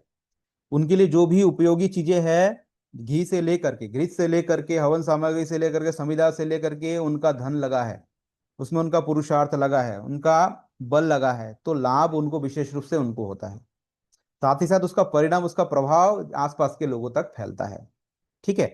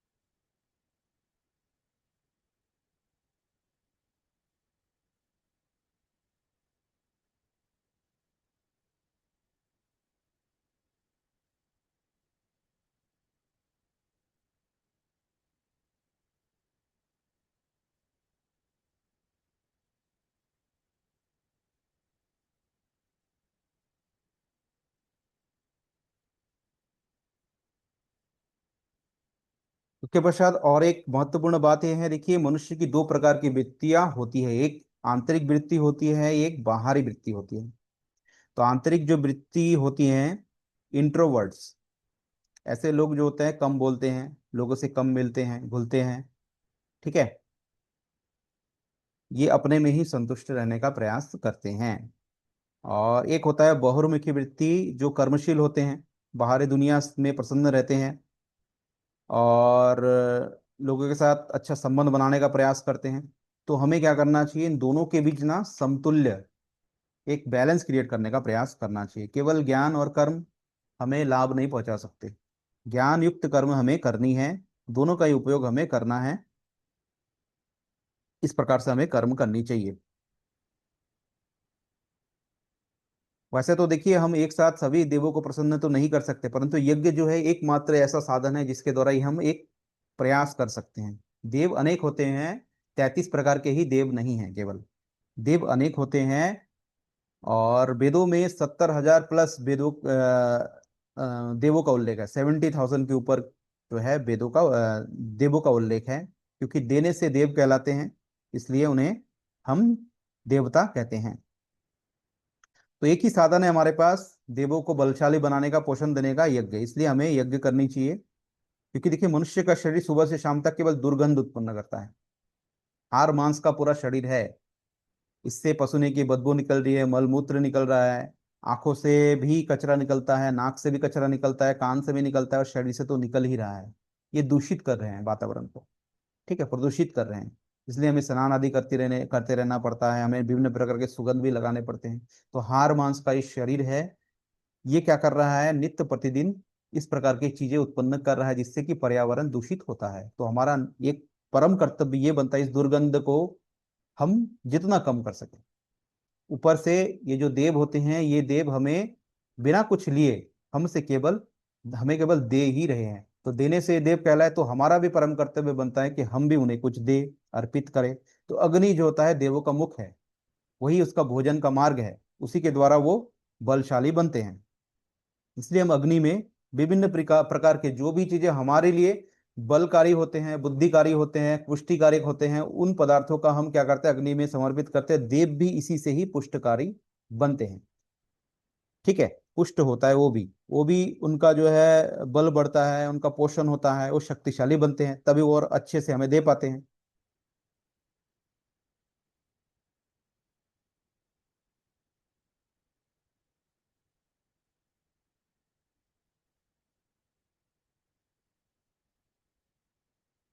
अब देखिए हम सभी देवों को तो प्रसन्न नहीं कर सकते, परंतु यज्ञ एकमात्र ऐसा श्रेष्ठतम साधन है जिसके द्वारा सभी देवता को प्रसन्न करने का प्रयास कर सकते हैं। तथा यज्ञाग्नि में जो भी हम प्राकृतिक वस्तुएं, जो भी पदार्थ हम समर्पित करते हैं, वहां अग्नि क्या करता है, उसे मल्टीप्लाई कर देता है, करोड़ों गुना बढ़ा करके उसके गुण को वापस करती है। इसके अतिरिक्त दुर्गंध और अनेक प्रकार के रोगों का निवारण भी नाश करती है। यह अग्नि की भेदन शक्ति के गुण के फलस्वरूप परिणाम स्वरूप ही होती है, जो अन्य किसी तत्व में नहीं होता। अग्नि में विशेष गुण होता है कि किसी भी वस्तु को अग्नि में डालोगे तो मल्टीप्लाई करेगा, उसके मूल गुणों में से तोड़ देगा। तो यज्ञ करने से तन शांति, शांत मन और सुखी जीवन प्राप्त होता है, और परमात्मा की कृपा से सब जो है यज्ञ करें, और आप परमात्मा की कृपा सब पर बनी रहे। अगली कक्षा में हम इसको जो है मंत्र कौन सा कहाँ पर उपयोग करना है, कैसे करना है, उसको जानने का प्रयास करेंगे। साथ ही साथ कर्म कांड के कुछ और विषय जो है उनको भी देखने का प्रयास करेंगे। और कुछ अगर प्रश्न है आपके, पूछ सकते हैं।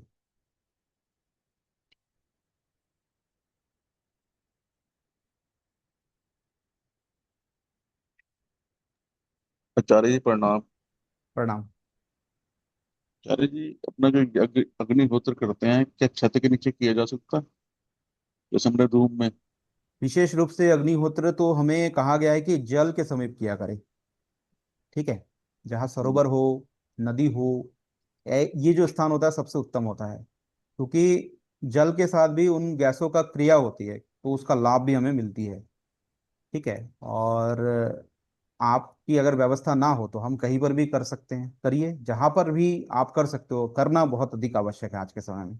आज परिस्थिति हमारे वश में है नहीं कहीं पर भी, तो करना महत्वपूर्ण है, तो कहीं पर भी कर सकते हैं हम। बस स्वच्छ होना चाहिए, शांत वातावरण होना चाहिए, वो ध्यान रखिएगा।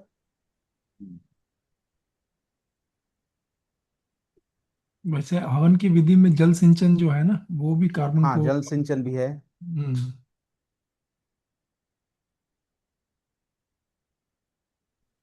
हम जल सिंचन की एक विधि भी करते हैं जिसमें जल का उपयोग होता है, तो उसका भी यहाँ पर विशेष महत्व है। और आचमन का भी महत्व है। तो इन चीज़ों को हम अगली कक्षा में देखेंगे।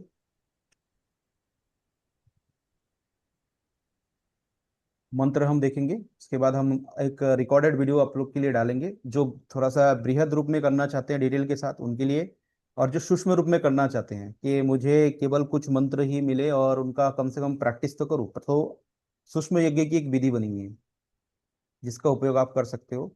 उसका वीडियो देखिए। और एक चीज है उसमें, देखिए 8 से 10 मंत्र है, एक ऑडियो भी है, उसको डेली सुनिए, सुन करके उन मंत्रों का प्रार्थना में उपयोग करिए। वो ब्रह्म यज्ञ का उपयोग होगा उसके लिए। प्रार्थना करिए सुबह शाम।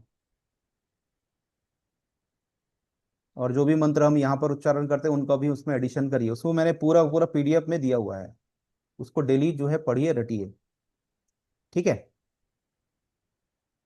आचार्य, ये नोट्स जो आपके पास आज का था, आज के लेक्चर का, ये पीडीएफ फॉर्मेट में है ये सूची? आप इसको पीडीएफ ये में। क्या है, मेरा नोट्स है, मैंने एक जगह सब जितने भी अध्ययन मैंने किया है उनको एक जगह किया था, तो अच्छा मैंने एक डायरी में लिखा है। तो इसका मैं करने बैठा था, बनाने बैठा था, लेकिन बहुत समय लग रहा था, क्योंकि उसको फिर इमेज लेकर के उनको टाइप करवा के फिर वो एआई के थ्रू भी हो नहीं पा रहा था चीज़ें ठीक से, तो इसलिए हम्म, मैंने स्किप करना ही ठीक समझा इसको। अच्छा। और इससे संबंधित अगर आपको नोट्स चाहिए तो मैं एक कुछ दिनों में अपलोड कर दूंगा, ऐड करके मैं आप लोगों को व्हाट्सएप ग्रुप में उसको ऐड कर दूंगा, ताकि एक लिखित रूप में भी रहे आपके पास, जब भी आपको उचित लगे तो आप पढ़ सको। हाँ, मुझे लगता है ये बहुत ही ज़रूरी था आज का लेक्चर, क्योंकि बहुत लोग, जो लोग हैं, इसको इस बात से डर जाते हैं कि ये कोई पुरोहित ही है जो इसको प्रॉपर तरीके से, क्योंकि बहुत ही सिस्टमेटिक और साइंटिफिक प्रोसेस है, कहीं आगे पीछे नहीं हो, दाएं बैठे राएं बैठे, ये उंगली वो उंगली, तो लोग डर जाते हैं। आज के लेक्चर हम्म। में आपने बहुत ही डिटेल में जाकर हर चीज़ को लिस्ट किया हुआ है, तभी मैंने पूछा था, अगर ये मिल जाए तो बहुत ही अच्छा होगा। हाँ हाँ, मैं प्रयास करूंगा, अभी दे हम्म, दूंगा मैं, लेकिन समय लगेगा कुछ दिन, हाँ, क्योंकि आराम इसको से बनाना करेंगे। बनाना पड़ेगा। और भी अनेक चीजें हैं, लेकिन वो हमारे लिए अभी उपयोगी नहीं है, क्योंकि हाँ। अभी जिस स्टेज में हम लोग, ये इतना लंबा बृहद यज्ञ हम नहीं कर सकते। और अभी हम कम से कम प्रारंभ तो करें। तो विशेष विशेष जो मंत्र है उनका उपयोग करना सीखिए, और उनसे आगे करना सीखिए। आगे जो भी जैसे जैसे आपके ज्ञान की वृद्धि होगी, आवश्यकता पड़ेगी, तो उस प्रकार से आगे हम प्रोवाइड करते रहेंगे। हम्म। अभी अ- इन चीजों को एक जगह करके आहुति देना प्रारंभ करिए। आचार्य जी नमस्ते। नमस्ते त्यागी जी। आचार्य जी इसमें अब हम 7 लोग हैं, 7 लोग या इसके अलावा, अब उनको तो क्या एड्रेस करें जो है नहीं। आर्य समाज में अभी भी होता है ये, इतवार में, शनि रविवार में अभी भी होता है। तो वहाँ पे हम अगर लेकिन मैंने ना जाएंगे ना। एक चीज मैंने नोटिस किया है, अनेक जो वैदिक परंपरा में जो चीजें नहीं ना, आज का जो आर्य समाज उन चीजों को भी करता है। अच्छा, ऐसा मैंने नहीं देखा। अनेक चीजें हैं जिसका मैंने अध्ययन किया है, जो मना ही है, नहीं करनी चाहिए इन चीजों को, उन्होंने वहां पर पूरा पूरा अंगीकृत कर लिया है, मतलब वो पौराणिकता उसमें पूरी तरीके से आ गई है। ठीक है। ऐसा भी है। वो सब नहीं, बहुत सारे ऐसे यज्ञ के जो कर्मकांड होते हैं, बहुत सारी चीजें जो ध्यान रखनी चाहिए, नहीं करनी चाहिए, उल्लेखनीय है, नहीं करनी चाहिए। माँ उनको, जो ज्ञानी गुणी लोग हैं उन्होंने मना किया है, महर्षि दयानंद सरस्वती ने स्वयं मना किया है, उन चीजों को भी वहां पर वो करते हैं, उस प्रकार की चीजें। बहुत सारी चीजें हैं जो मैंने नोट किया है। मैं भी गया था, कई अच्छा। बार गया है मैं, साप्ताहिक यज्ञों में उनके गया है, तो उसमें भी मैंने ये ध्यान दिया है, तो ये चीजें वो करते हैं। हाँ, उनके ये लिए केवल क्षेत्र और के। केवल एक दिखावा बन गया अभी, समझ रहे हैं, चीजों को शुद्ध रूप हाँ में रखने का प्रयास तो करते नहीं अभी। उनके लिए दिखावा जी। बन गया, और उनका जो है पूरी तरीके से आर्य समाज अभी पूरी तरीके से आप समझिए आर्यों के अंडर में नहीं है, वो अनार्यों के अंडर पे आगे आ चुके हाँ, हैं। ऐसा हुआ है। पूर्वी उत्तर प्रदेश की ये तरफ हो प्रभाव रहा के है। कारण हुआ है, इसी प्रभाव से ये चीजें हुई है। जी। पश्चिमी उत्तर प्रदेश में कम नहीं है ऐसा, आचार्य जी। ये जो मेरठ, मुजफ्फरनगर, सहारनपुर, बड़ौद, बागपत का हम्म। क्षेत्र है, हम्म। इस क्षेत्र में नहीं है। अब इससे जब आगे को बढ़ेंगे ना, जैसे हो सकता है मथुरा, वृंदावन या अलीगढ़, कानपुर, इस तरफ जब बढ़ेंगे तो हो सकता है कि वो उधर ज़्यादा असर है पौराणिकता का, तो उधर ये चीज़ें शामिल हो गई हूँ। पर ये तो बिल्कुल बहुत गलत बात है ये तो। ऐसा ही हो रहा है अभी। तो आने वाले समय में तो ये बिल्कुल ही फिर अभी तो वो थोड़ा सा उसमें वेद के कुछ मंत्र शामिल होंगे, धीरे धीरे तो वो बिल्कुल ही बदल के एकदम पौराणिक ही हो जाएगा, फिर तो आगे जाके बदलाव हो ही जाएगा। हमने अगर सुरक्षित नहीं रखा चीजों को, अपनी परंपराओं को धारण नहीं किया, तो अगली पीढ़ी तो वैसे भी जा नहीं रही है कहीं पर भी, यज्ञ करते भी नहीं, हमने उनको सिखाया भी नहीं, तो करेंगे भी नहीं, तो होगा ही। समय के साथ सबका हाथ से हो जाता है, उसको अगर संभाल के ना रखा जाए। हमने सुरक्षित करने का प्रयास किया क्या? नहीं किया ना। हम मॉडर्न होने के चक्कर में हमने अपने परंपराएं संस्कृति त्याग दी, मॉडर्न बनी है तो मॉडर्नता का परिणाम भी भोगना पड़ेगा। जी बिल्कुल सही कह रहे हैं। जिस जिस जिस ट्यूनिंग में ईश्वर ने प्रकृति की प्रलय यानी डिसोल्यूशन स्टेट को रखा हुआ है, जो ट्यून में वो जा रही है, एंट्रोपी जिसको कहते हैं, मतलब रोज खराब होती जा रही है, जिस ट्यूनिंग में हम्म। जा रही है, उस ट्यूनिंग को रोकने के लिए अग्निहोत्र जैसे ये यज्ञ विधि ये सब है कि और लंबी आयु, श्रद्धा शतम, उस ट्यूनिंग के अंदर अब ये विस्मित प्रकार से ना वो और तेज हो चुकी है वो ट्यूनिंग, इसलिए पतन की ओर चल रहा है पूरा सब कुछ और तेजी से बढ़ गया, वो ट्यूनिंग खत्म हो चुकी है। यज्ञ से ही उस ट्यूनिंग को मेंटेन किया जाता है, सस्टेनेंस जिसको कहते हैं। अगर यज्ञ छूटे तो ये ट्यूनिंग और तेज होगी और पतन पूरी तरह से होगी, फास्ट होगी पतन। और आप देख रहे हैं पूरी प्राकृतिक विकृति कितनी हो चुकी है, तीनों दुख तीनों ताप बढ़ चुके हैं, आध्यात्मिक ताप भी बहुत ही बढ़ चुका है ही नहीं बिल्कुल। तीनों दुख बिल्कुल ईश्वर कह रहा है कि मैं तुम्हें बर्बाद, यज्ञ छूटा तो संसार नष्ट तेजी से होगा, तुमने मेरे यज्ञ छोड़ दिए, मैं तुम्हें दुख देने के लिए छोड़ दिया, और देखो सब कुछ कोई भी चैन सुख से है ही नहीं, चिंता नहीं है। परेशानी में ग्रस्त है। ये ईश्वर का कोई भी परिस्थिति, देखिए कोई भी परिस्थिति ना कंप्लीट नहीं हो सकती, पूर्ण नहीं हो सकती। हम्म। ठीक है। और आज हम तो, जो हमारी, जो मूल जो प्राकृतिक नियम थे, यज्ञ जो प्राकृतिक नियम से संबंधित है ना, उसको समझ करके तो हमने डिजाइन किया है, बनाया है, किस प्रकार की चीजें होनी चाहिए। तो हमने प्रकृति से दूरी बना ली हर चीजों से, जिसका हम्म। परिणाम हमें भोगना तो पड़ेगा। प्रकृति विरुद्ध कार्य करेंगे तो उसका एक फल होता है, तो वो भोग रहे हैं। व्यास मुनि कह रहे हैं अपने ग्रंथ में, यज्ञ व श्रेष्ठ धर्म, वो कह रहे हैं, साथ में उन्होंने भी कहा, यज्ञ छूटने से दुख आते हैं। हम्म। और अर्जुन को भी कह रहे हैं कृष्ण, यज्ञ छूटने से दुख आएगा, पतन हो जाएगा, और वो वही हो रहा है तेजी से, यज्ञ ना छूटना चाहिए।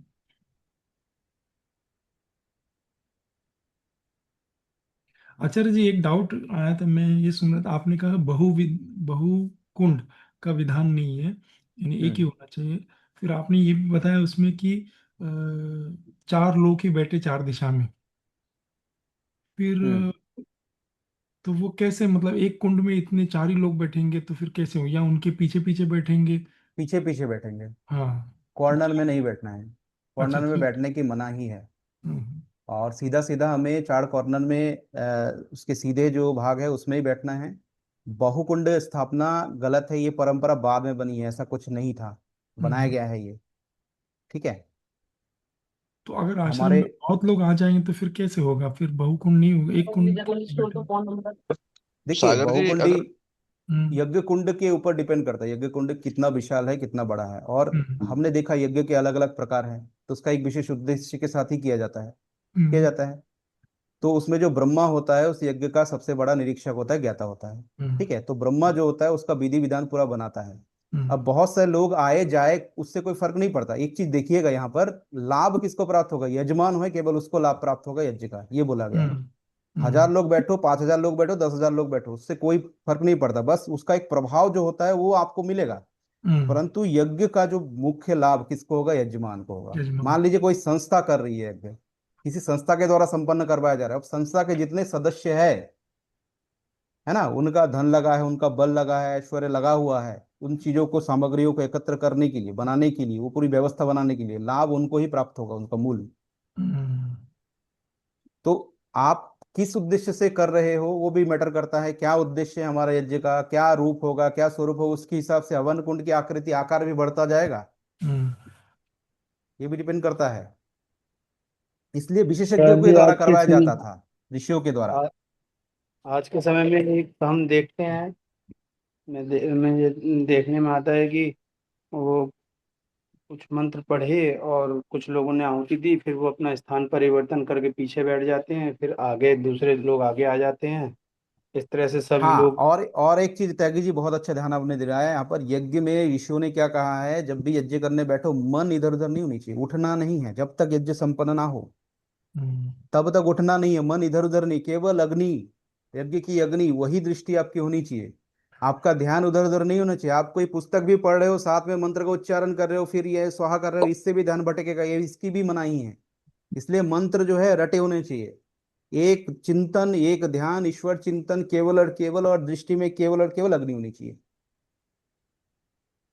उसी का ही दूसरा अर्थ संध्या का है। संध्या का दो अर्थ होते हैं, ट्वाइलाइट टाइम, और संध्या का दूसरा अर्थ होता है फुल कंसंट्रेशन, पूरे ध्यान से संध्या। संध्या तो रटी हुई है आचार्य जी, हम्म, पर अभी ईश्वर उपासना मंत्र और हवन के मंत्र वो रटे हुए तो वो भी हैं, पर कौन सा किसके बाद आएगा अभी वो सीक्वेंस नहीं याद है, और साथ में उनका अर्थ याद नहीं है। हम्म।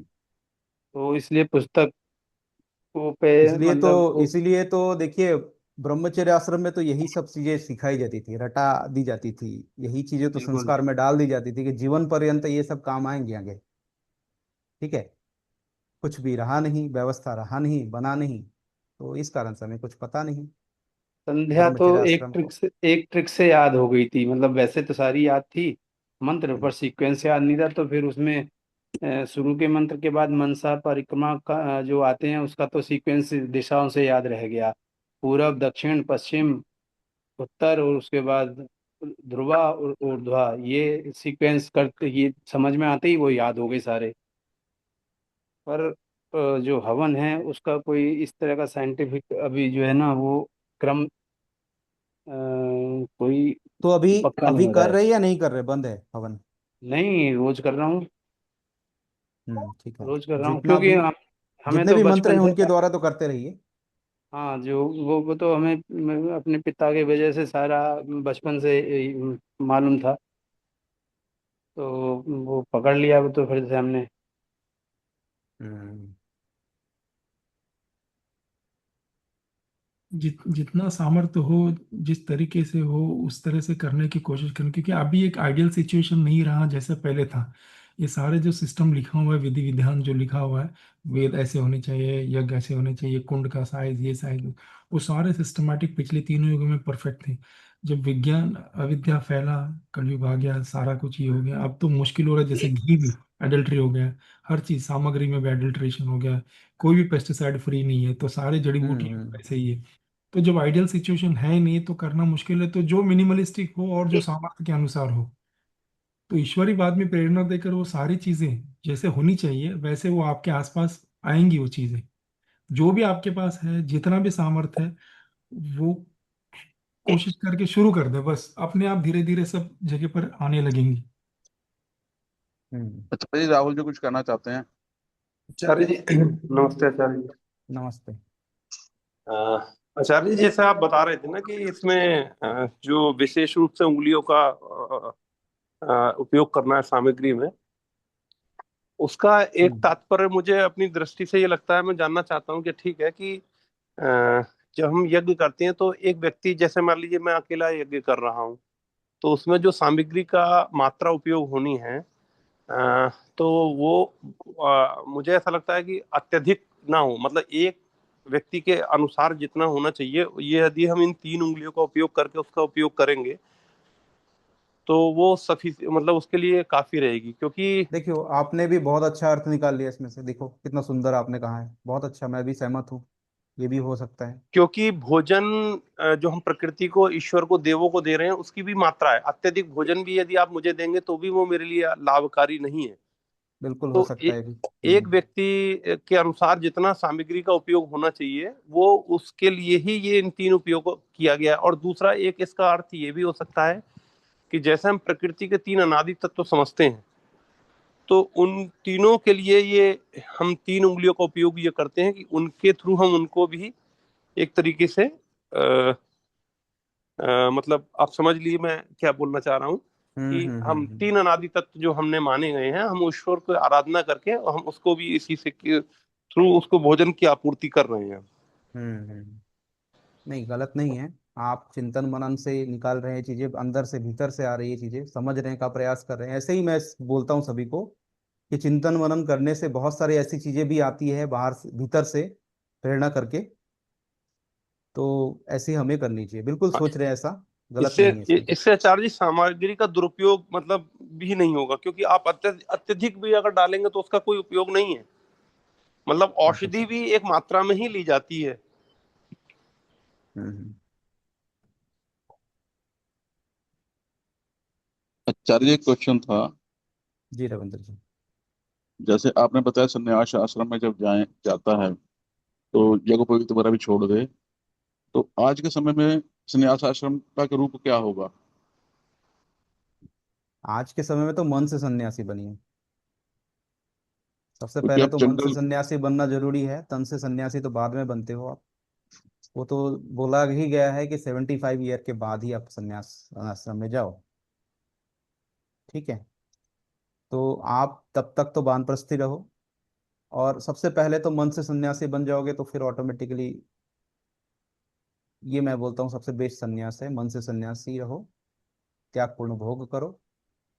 सन्यास आश्रम के जो कर्तव्य हैं, ध्यान, नमस्कार भाई साहब। स्वाध्याय आदि, उस प्रकार के अनुष्ठान करिए जीवन में। सब छोड़ छाड़ के भाग जाना वो सन्यास नहीं है। वो अलग है, अलग प्रकार के, वो भी आवश्यक है। वो नैष्ठिक प्रवृत्ति बहुत आवश्यक है वो भी। लेकिन अगर आप नहीं कर सकते, नहीं है, हम जिस परिस्थिति में उसमें ढलने का प्रयास करें, इस प्रकार से सन्यास भी बन सकते हैं। और और कुछ लोग तो होंगे। वानप्रस्थ में क्या कर्म रहेगा? वानप्रस्थ में ये कर्म रहेगा, जितने भी अनुभव आपने अपने जीवन में अभी तक प्राप्त किए हैं, ठीक है, जितने भी आपके भ्रम टूटे हैं, उन शिक्षा दीक्षाओं को समाज को और लौटाओ, समाज की सेवा करो। अपने नाती पोते उनको भी ऐसी शिक्षा दो, उनको भी बताओ जीवन के जो आपके अनुभव है, जो आपने प्रैक्टिकल अनुभव किया है, वो जो समझते नहीं है, जो बच्चों को जानना चाहिए, हो सकता है वो ज्ञान प्राप्त होकर के उनका जीवन सुधर जाए। तो ऐसे बोलते हैं ना कि अपने जीवन की पूरा एक्सपीरियंस देना है, तो हमें अपना अनुभव बांटना है। जो भी हमने पाया है अब तक, इतनी लंबी जर्नी रही हमारे जीवन की, तो उससे हमने जो भी अनुभव प्राप्त किया है, उससे समाज का कल्याण करना है, उन्हें बताना है, उनको दिशा देना है, समाज में परोपकार का भाव उत्पन्न करना है, अधिक सामाजिक बन जाना है आप।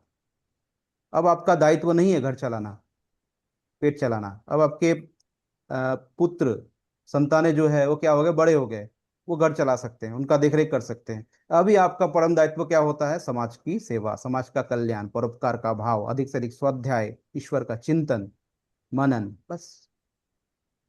और लेकिन सन्यास में बस ये डिफरेंस हो जाता है कि हम वहां पर सामाजिक कम हो जाते हैं थोड़ा सा। हम यहाँ पर अपना जो है भीतरी प्रवृत्ति उत्पन्न अधिक हो जाती है, हम सामाजिक कम हो जाते हैं। यहाँ पर वानप्रस्थ में सामाजिक अधिक होते हैं। वानप्रस्थ में आजकल बच्चे भी साथ में नहीं रह रहे। हाँ, बच्चे के साथ ही रहिए, परंतु थोड़ा बच्चे नहीं सामाजिक रह हो रहे साथ, जाइए। बच्चे साथ में नहीं रह रहे आजकल। बच्चे कहीं हैं, माता पिता कहीं हैं।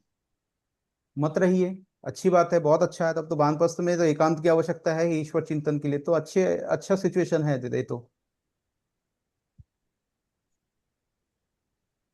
ठीक। अच्छा सिचुएशन है ये वानप्रस्थ में। कहा ही गया है कि वानप्रस्थी हो जानी चाहिए, तब उस समय एक तो आइडियल सिचुएशन ये है कि हमें वन में गमन करनी चाहिए, कम से कम संसाधनों में जीवन यापन करने, क्योंकि संन्यास के लिए हम भूमि तैयार कर रहे हैं वानप्रस्थ में। तो अभी के अनुसार तो यही है, वैसा तो हम कर नहीं सकते। संसाधनों का उपयोग कम से कम हो जाए, त्यागपूर्ण जीवन आ जाए जीवन में, और अधिक से अधिक स्वाध्याय चिंतन मनन, ईश्वर और समाज के लिए जो भी कर सके, जिस भी प्रकार से सहयोग कर सके, समाज की उन्नति के लिए, लोक कल्याण के लिए, अपने स्वार्थ का त्याग करके निष्काम भाव से कर्म करें। और जब भी अवसर मिले अपने जीवन के जो भी अनुभव है अपने बच्चों के साथ शेयर करे, नाती पोते के साथ शेयर करे, उन्हें बताए, कहानियां बताए राम के, कृष्ण के, जो हमारे शास्त्रों की जो उपनिषदों की कहानियां हैं, स्टोरीज है, उनको खोल करके बताए, उनको समझाए।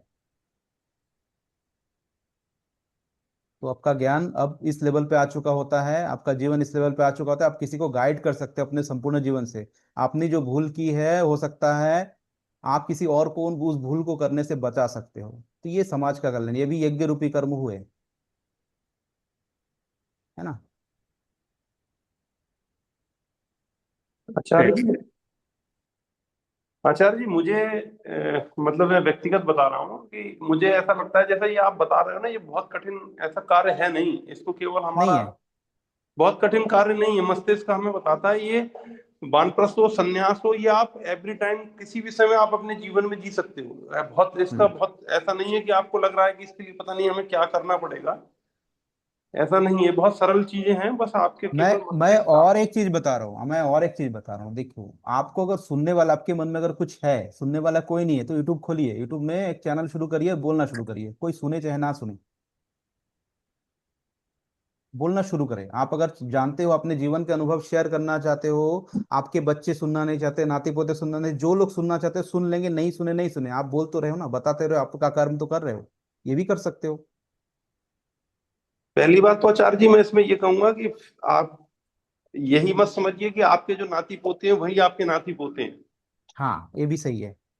आप ये समझिए, फिर इससे बाहर निकलिए कि मेरा बेटा सुनेगा, मेरा पोता सुनेगा, फिर आप वहीं फंसे हुए हैं। मैं भाव से आपको ऊपर उठो अब। आप इससे कोई लेना देना नहीं है आपका। आप समाज के लिए हैं, आप अपने परिवार तक मत सीमित रहिए। आपका बिल्कुल। संसार ही ये समाज है। इसको ये आप मन में बैठाइए। आप ये मत पढ़िए कि मेरा बेटा, मेरा पोता, मेरा पोती। इससे बाहर निकलिए। अगर यही आप स्टेप से बाहर नहीं निकल रहे तो आप इसको कभी नहीं समझ पाएंगे। नहीं समझ पाएंगे, बिल्कुल सही है। अब आपका परिवार पूरा विश्व बनेगा, समाज बनेगा, उसके लिए करिए। इसलिए देखिएगा, ऑटोमेटिक एक नेचर बन जाता है मनुष्य का, जैसे 60 प्लस कर लिया, 65 प्लस कर लिया, तो वो ऑटोमेटिक देखिए थोड़ा सामाजिक हो भी जाता है वो। एक चीज और भी हो जाती है चार जी इसमें, देखिएगा जितने भी आपको मांसाहारी लोग मिलेंगे वो 60 के बाद जब देखेंगे कि उन्होंने पहले खाते थे अब छोड़ दिया, हम्म। तो आप उसका भी कारण यही है कि मन में वो प्रवृत्ति आ जाती है। क्योंकि शरीर की जो इंद्रियां हैं जब वो कमजोर पड़ती हैं तो वो आपके इन सब चीजों से आपको हटाती हैं जिन पे आप कंट्रोल नहीं कर पाए थे।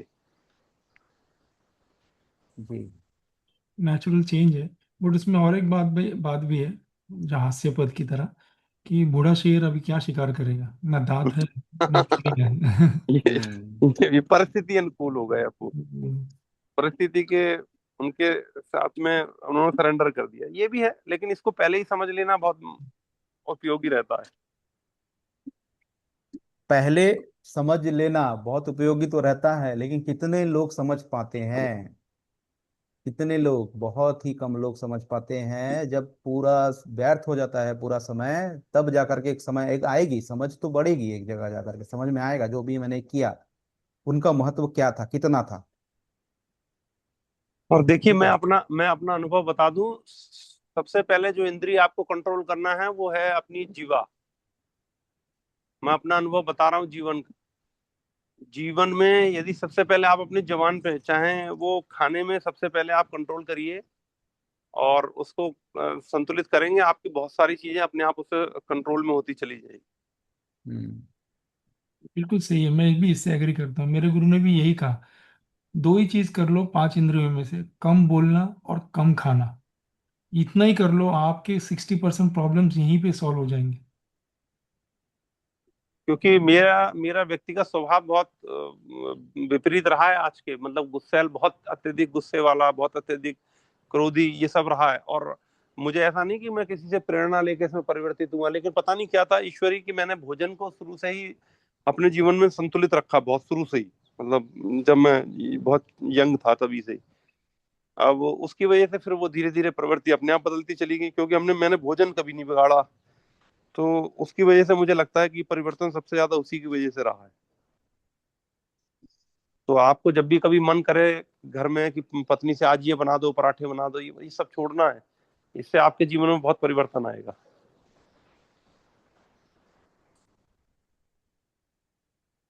राहुल जी, अभी ये बहुत मुश्किल लग रहा है। मुश्किल नहीं है ना, आपको लग रहा है। देखिए यही मैं आपको बता देता हूँ, देखिए यही मस्तिष्क है जो आपको आदेश देता है। देखिए अभी आप नॉर्मल हैं, अभी आपके खिलाफ पुलिस एक एफआईआर दर्ज कर दे, आपको भूख लगनी बंद हो जाएगी। जो आप 3 टाइम खाना मांग रहे हैं वो नहीं मांगेंगे। क्यों नहीं मांगेंगे? शरीर भी वही है, आप भी वही हैं। लेकिन आपका मस्तिष्क आपको आदेश दे दिया कि भाई वो अभी परेशानी है, जब तक वो नहीं निपटेगी तब तक मैं नहीं खाऊंगा। तो आप जो है ना उसके अधीन है। आपका आपका शरीर भी वही है, वो डिमांड ही नहीं कर रहा भोजन की। तो उसको ही तो आपको कंट्रोल करना है कि नहीं, बोले हमें ये सब चीजें नहीं लेनी है, नुकसान भी तो देंगी वो बाद में। फिर आप अभी क्या हो रहा है, आप उससे भोजन कर रहे हैं, फिर बाद में पैसा इलाज में लगा रहे हैं उसी के। बिल्कुल ठीक। आजकल का भोजन एनर्जी दे नहीं रही है, एनर्जी ले रही है, उसको दे रही है पचाने ना। के लिए एनर्जी जा रही है। तो तमस की ओर जा रही है, और मन अच्छा, तामसिक हो, जैसे खाए अन्न वैसा होए मन, ये बात तो बिल्कुल सही है। अगर मन तामसिक है तो इंद्रियां संयम में नहीं है, बिल्कुल आप भी देख नहीं। आप देखिए, मैंने बताया ना, मैं 24 घंटे में एक बार, वो भी खिचड़ी। मतलब महीने में 30 दिन में मेरा, आप मान के चलिए 25 दिन के करीब मेरी खिचड़ी रहती है। और एक आध 5 दिन दाल चावल मान लीजिए।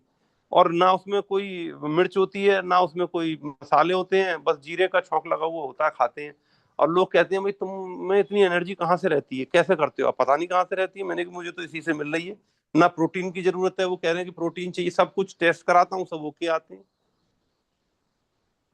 पराठे पूड़ी हमें सालों हो जाते हैं खाए हुए, सालों। बढ़िया है, बहुत ही अच्छे है। संयमित और नियमित जीवन है आपका राहुल जी, बहुत अच्छा है। अच्छा, अब होता क्या है, जो स्वाद की बात आती है, तो स्वाद जब 24 घंटे में एक बार खाते हैं ना, सुबह नाश्ता करते हैं ना शाम को खाना खाते हैं, तो 24 घंटे बाद जब खाते हैं तो भूख प्रचंड हो रही होती है।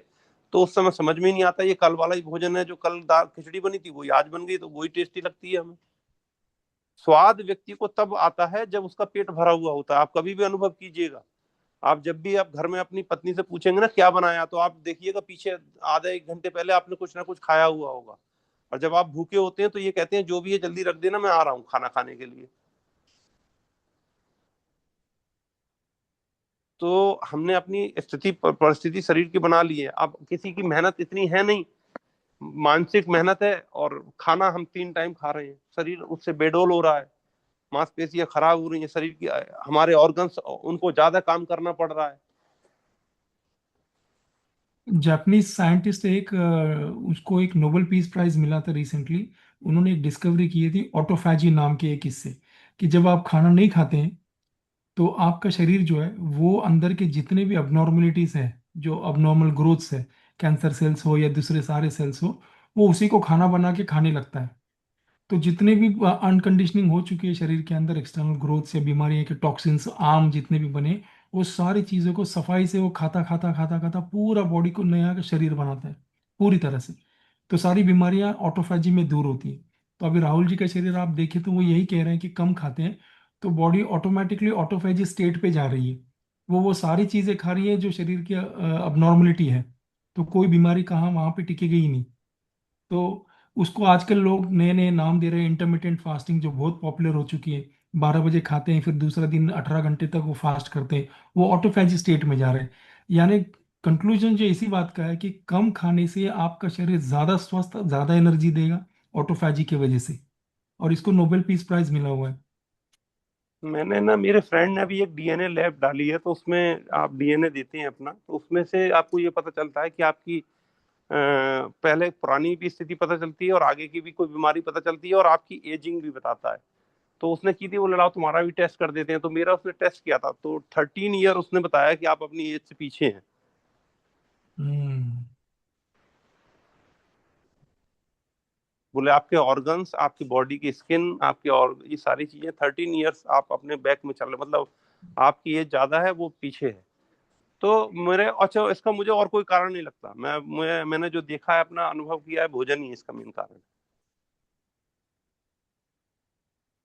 क्योंकि मेरे ख्याल से भोजन से सिर्फ जो आपका अन्नमय कोश है ना, उसी के लिए भोजन है। बाकी चार कोश जो है वो प्राण से होती है, जैसे प्राणायाम, आसन। तो वो एनर्जी 5 लेवल पे आनी चाहिए 5 कोशों के लिए। हम एक ही कोश, अन्नमय कोश से ही पांचों को पोषण करने की कोशिश करती है, इसलिए वो कभी भी हेल्थ होगा ही नहीं। हेल्थ तो होलिस्टिक होती है, शरीर के माध्यम में अन्नमय कोश का जो होता है वही अन्न से होता है। तो वो तो एक पार्ट हो गया, बाकी चार पार्ट जो बचे हैं, प्राणमय, मनोमय, विज्ञानमय और आनंदमय कोश, इनका जो भोजन है वो बिल्कुल अलग है। उसको ईश्वर कह रहे हैं वेदों में कि दो भोजन है, शरीर का एक भोजन है, उसको पंचौदनम कहते हैं। मतलब पंचभूतों से शरीर से जो बना हुआ है, पंच होते से उसको मटेरियल भोजन चाहिए, जैसे ग्रेन्स, अन्न विन्न, वो एक हो गया। दूसरा आत्मा है, जो चार कोश है, जो आत्मा का एक होता है, उसका भोजन है ब्रह्मोदनम, यानी ईश्वर का भक्ति, ईश्वर की पूजा। ये दो भोजन चाहिए तो आत्मा भी तृप्त और शरीर, मन, बुद्धि और इंद्रियां भी तृप्त। जब ये बैलेंस होगा तो आप होलिस्टिकली हेल्दी हो। ये ईश्वर की बात वेदों में है। लेकिन जो दूसरा एस्पेक्ट है, आत्मा का जो भोजन है ब्रह्मोदनम, ये मिल नहीं रहा है लोगों को, इसलिए लोग भूखे हैं बार बार, और वो अन्न को ज्यादा खा रहे हैं। ये गलत फहमी में कि अन्न से ही पोषित होगा, लेकिन वो चार कोश पोषित अन्न से होते ही नहीं है, वो बड़े ही सूक्ष्म है। और अन्न जो है ग्रॉस है, और शरीर भी ग्रॉस है, तो ग्रॉस को ग्रॉस का खाना ही मिलेगा। और जो सटल है, जो सूक्ष्म है, उसके लिए सूक्ष्म खाना, प्राणायाम नहीं है, आसन नहीं है, ईश्वर की भक्ति नहीं है, यज्ञ नहीं। यज्ञ तो सूक्ष्म है, ग्रॉस के साथ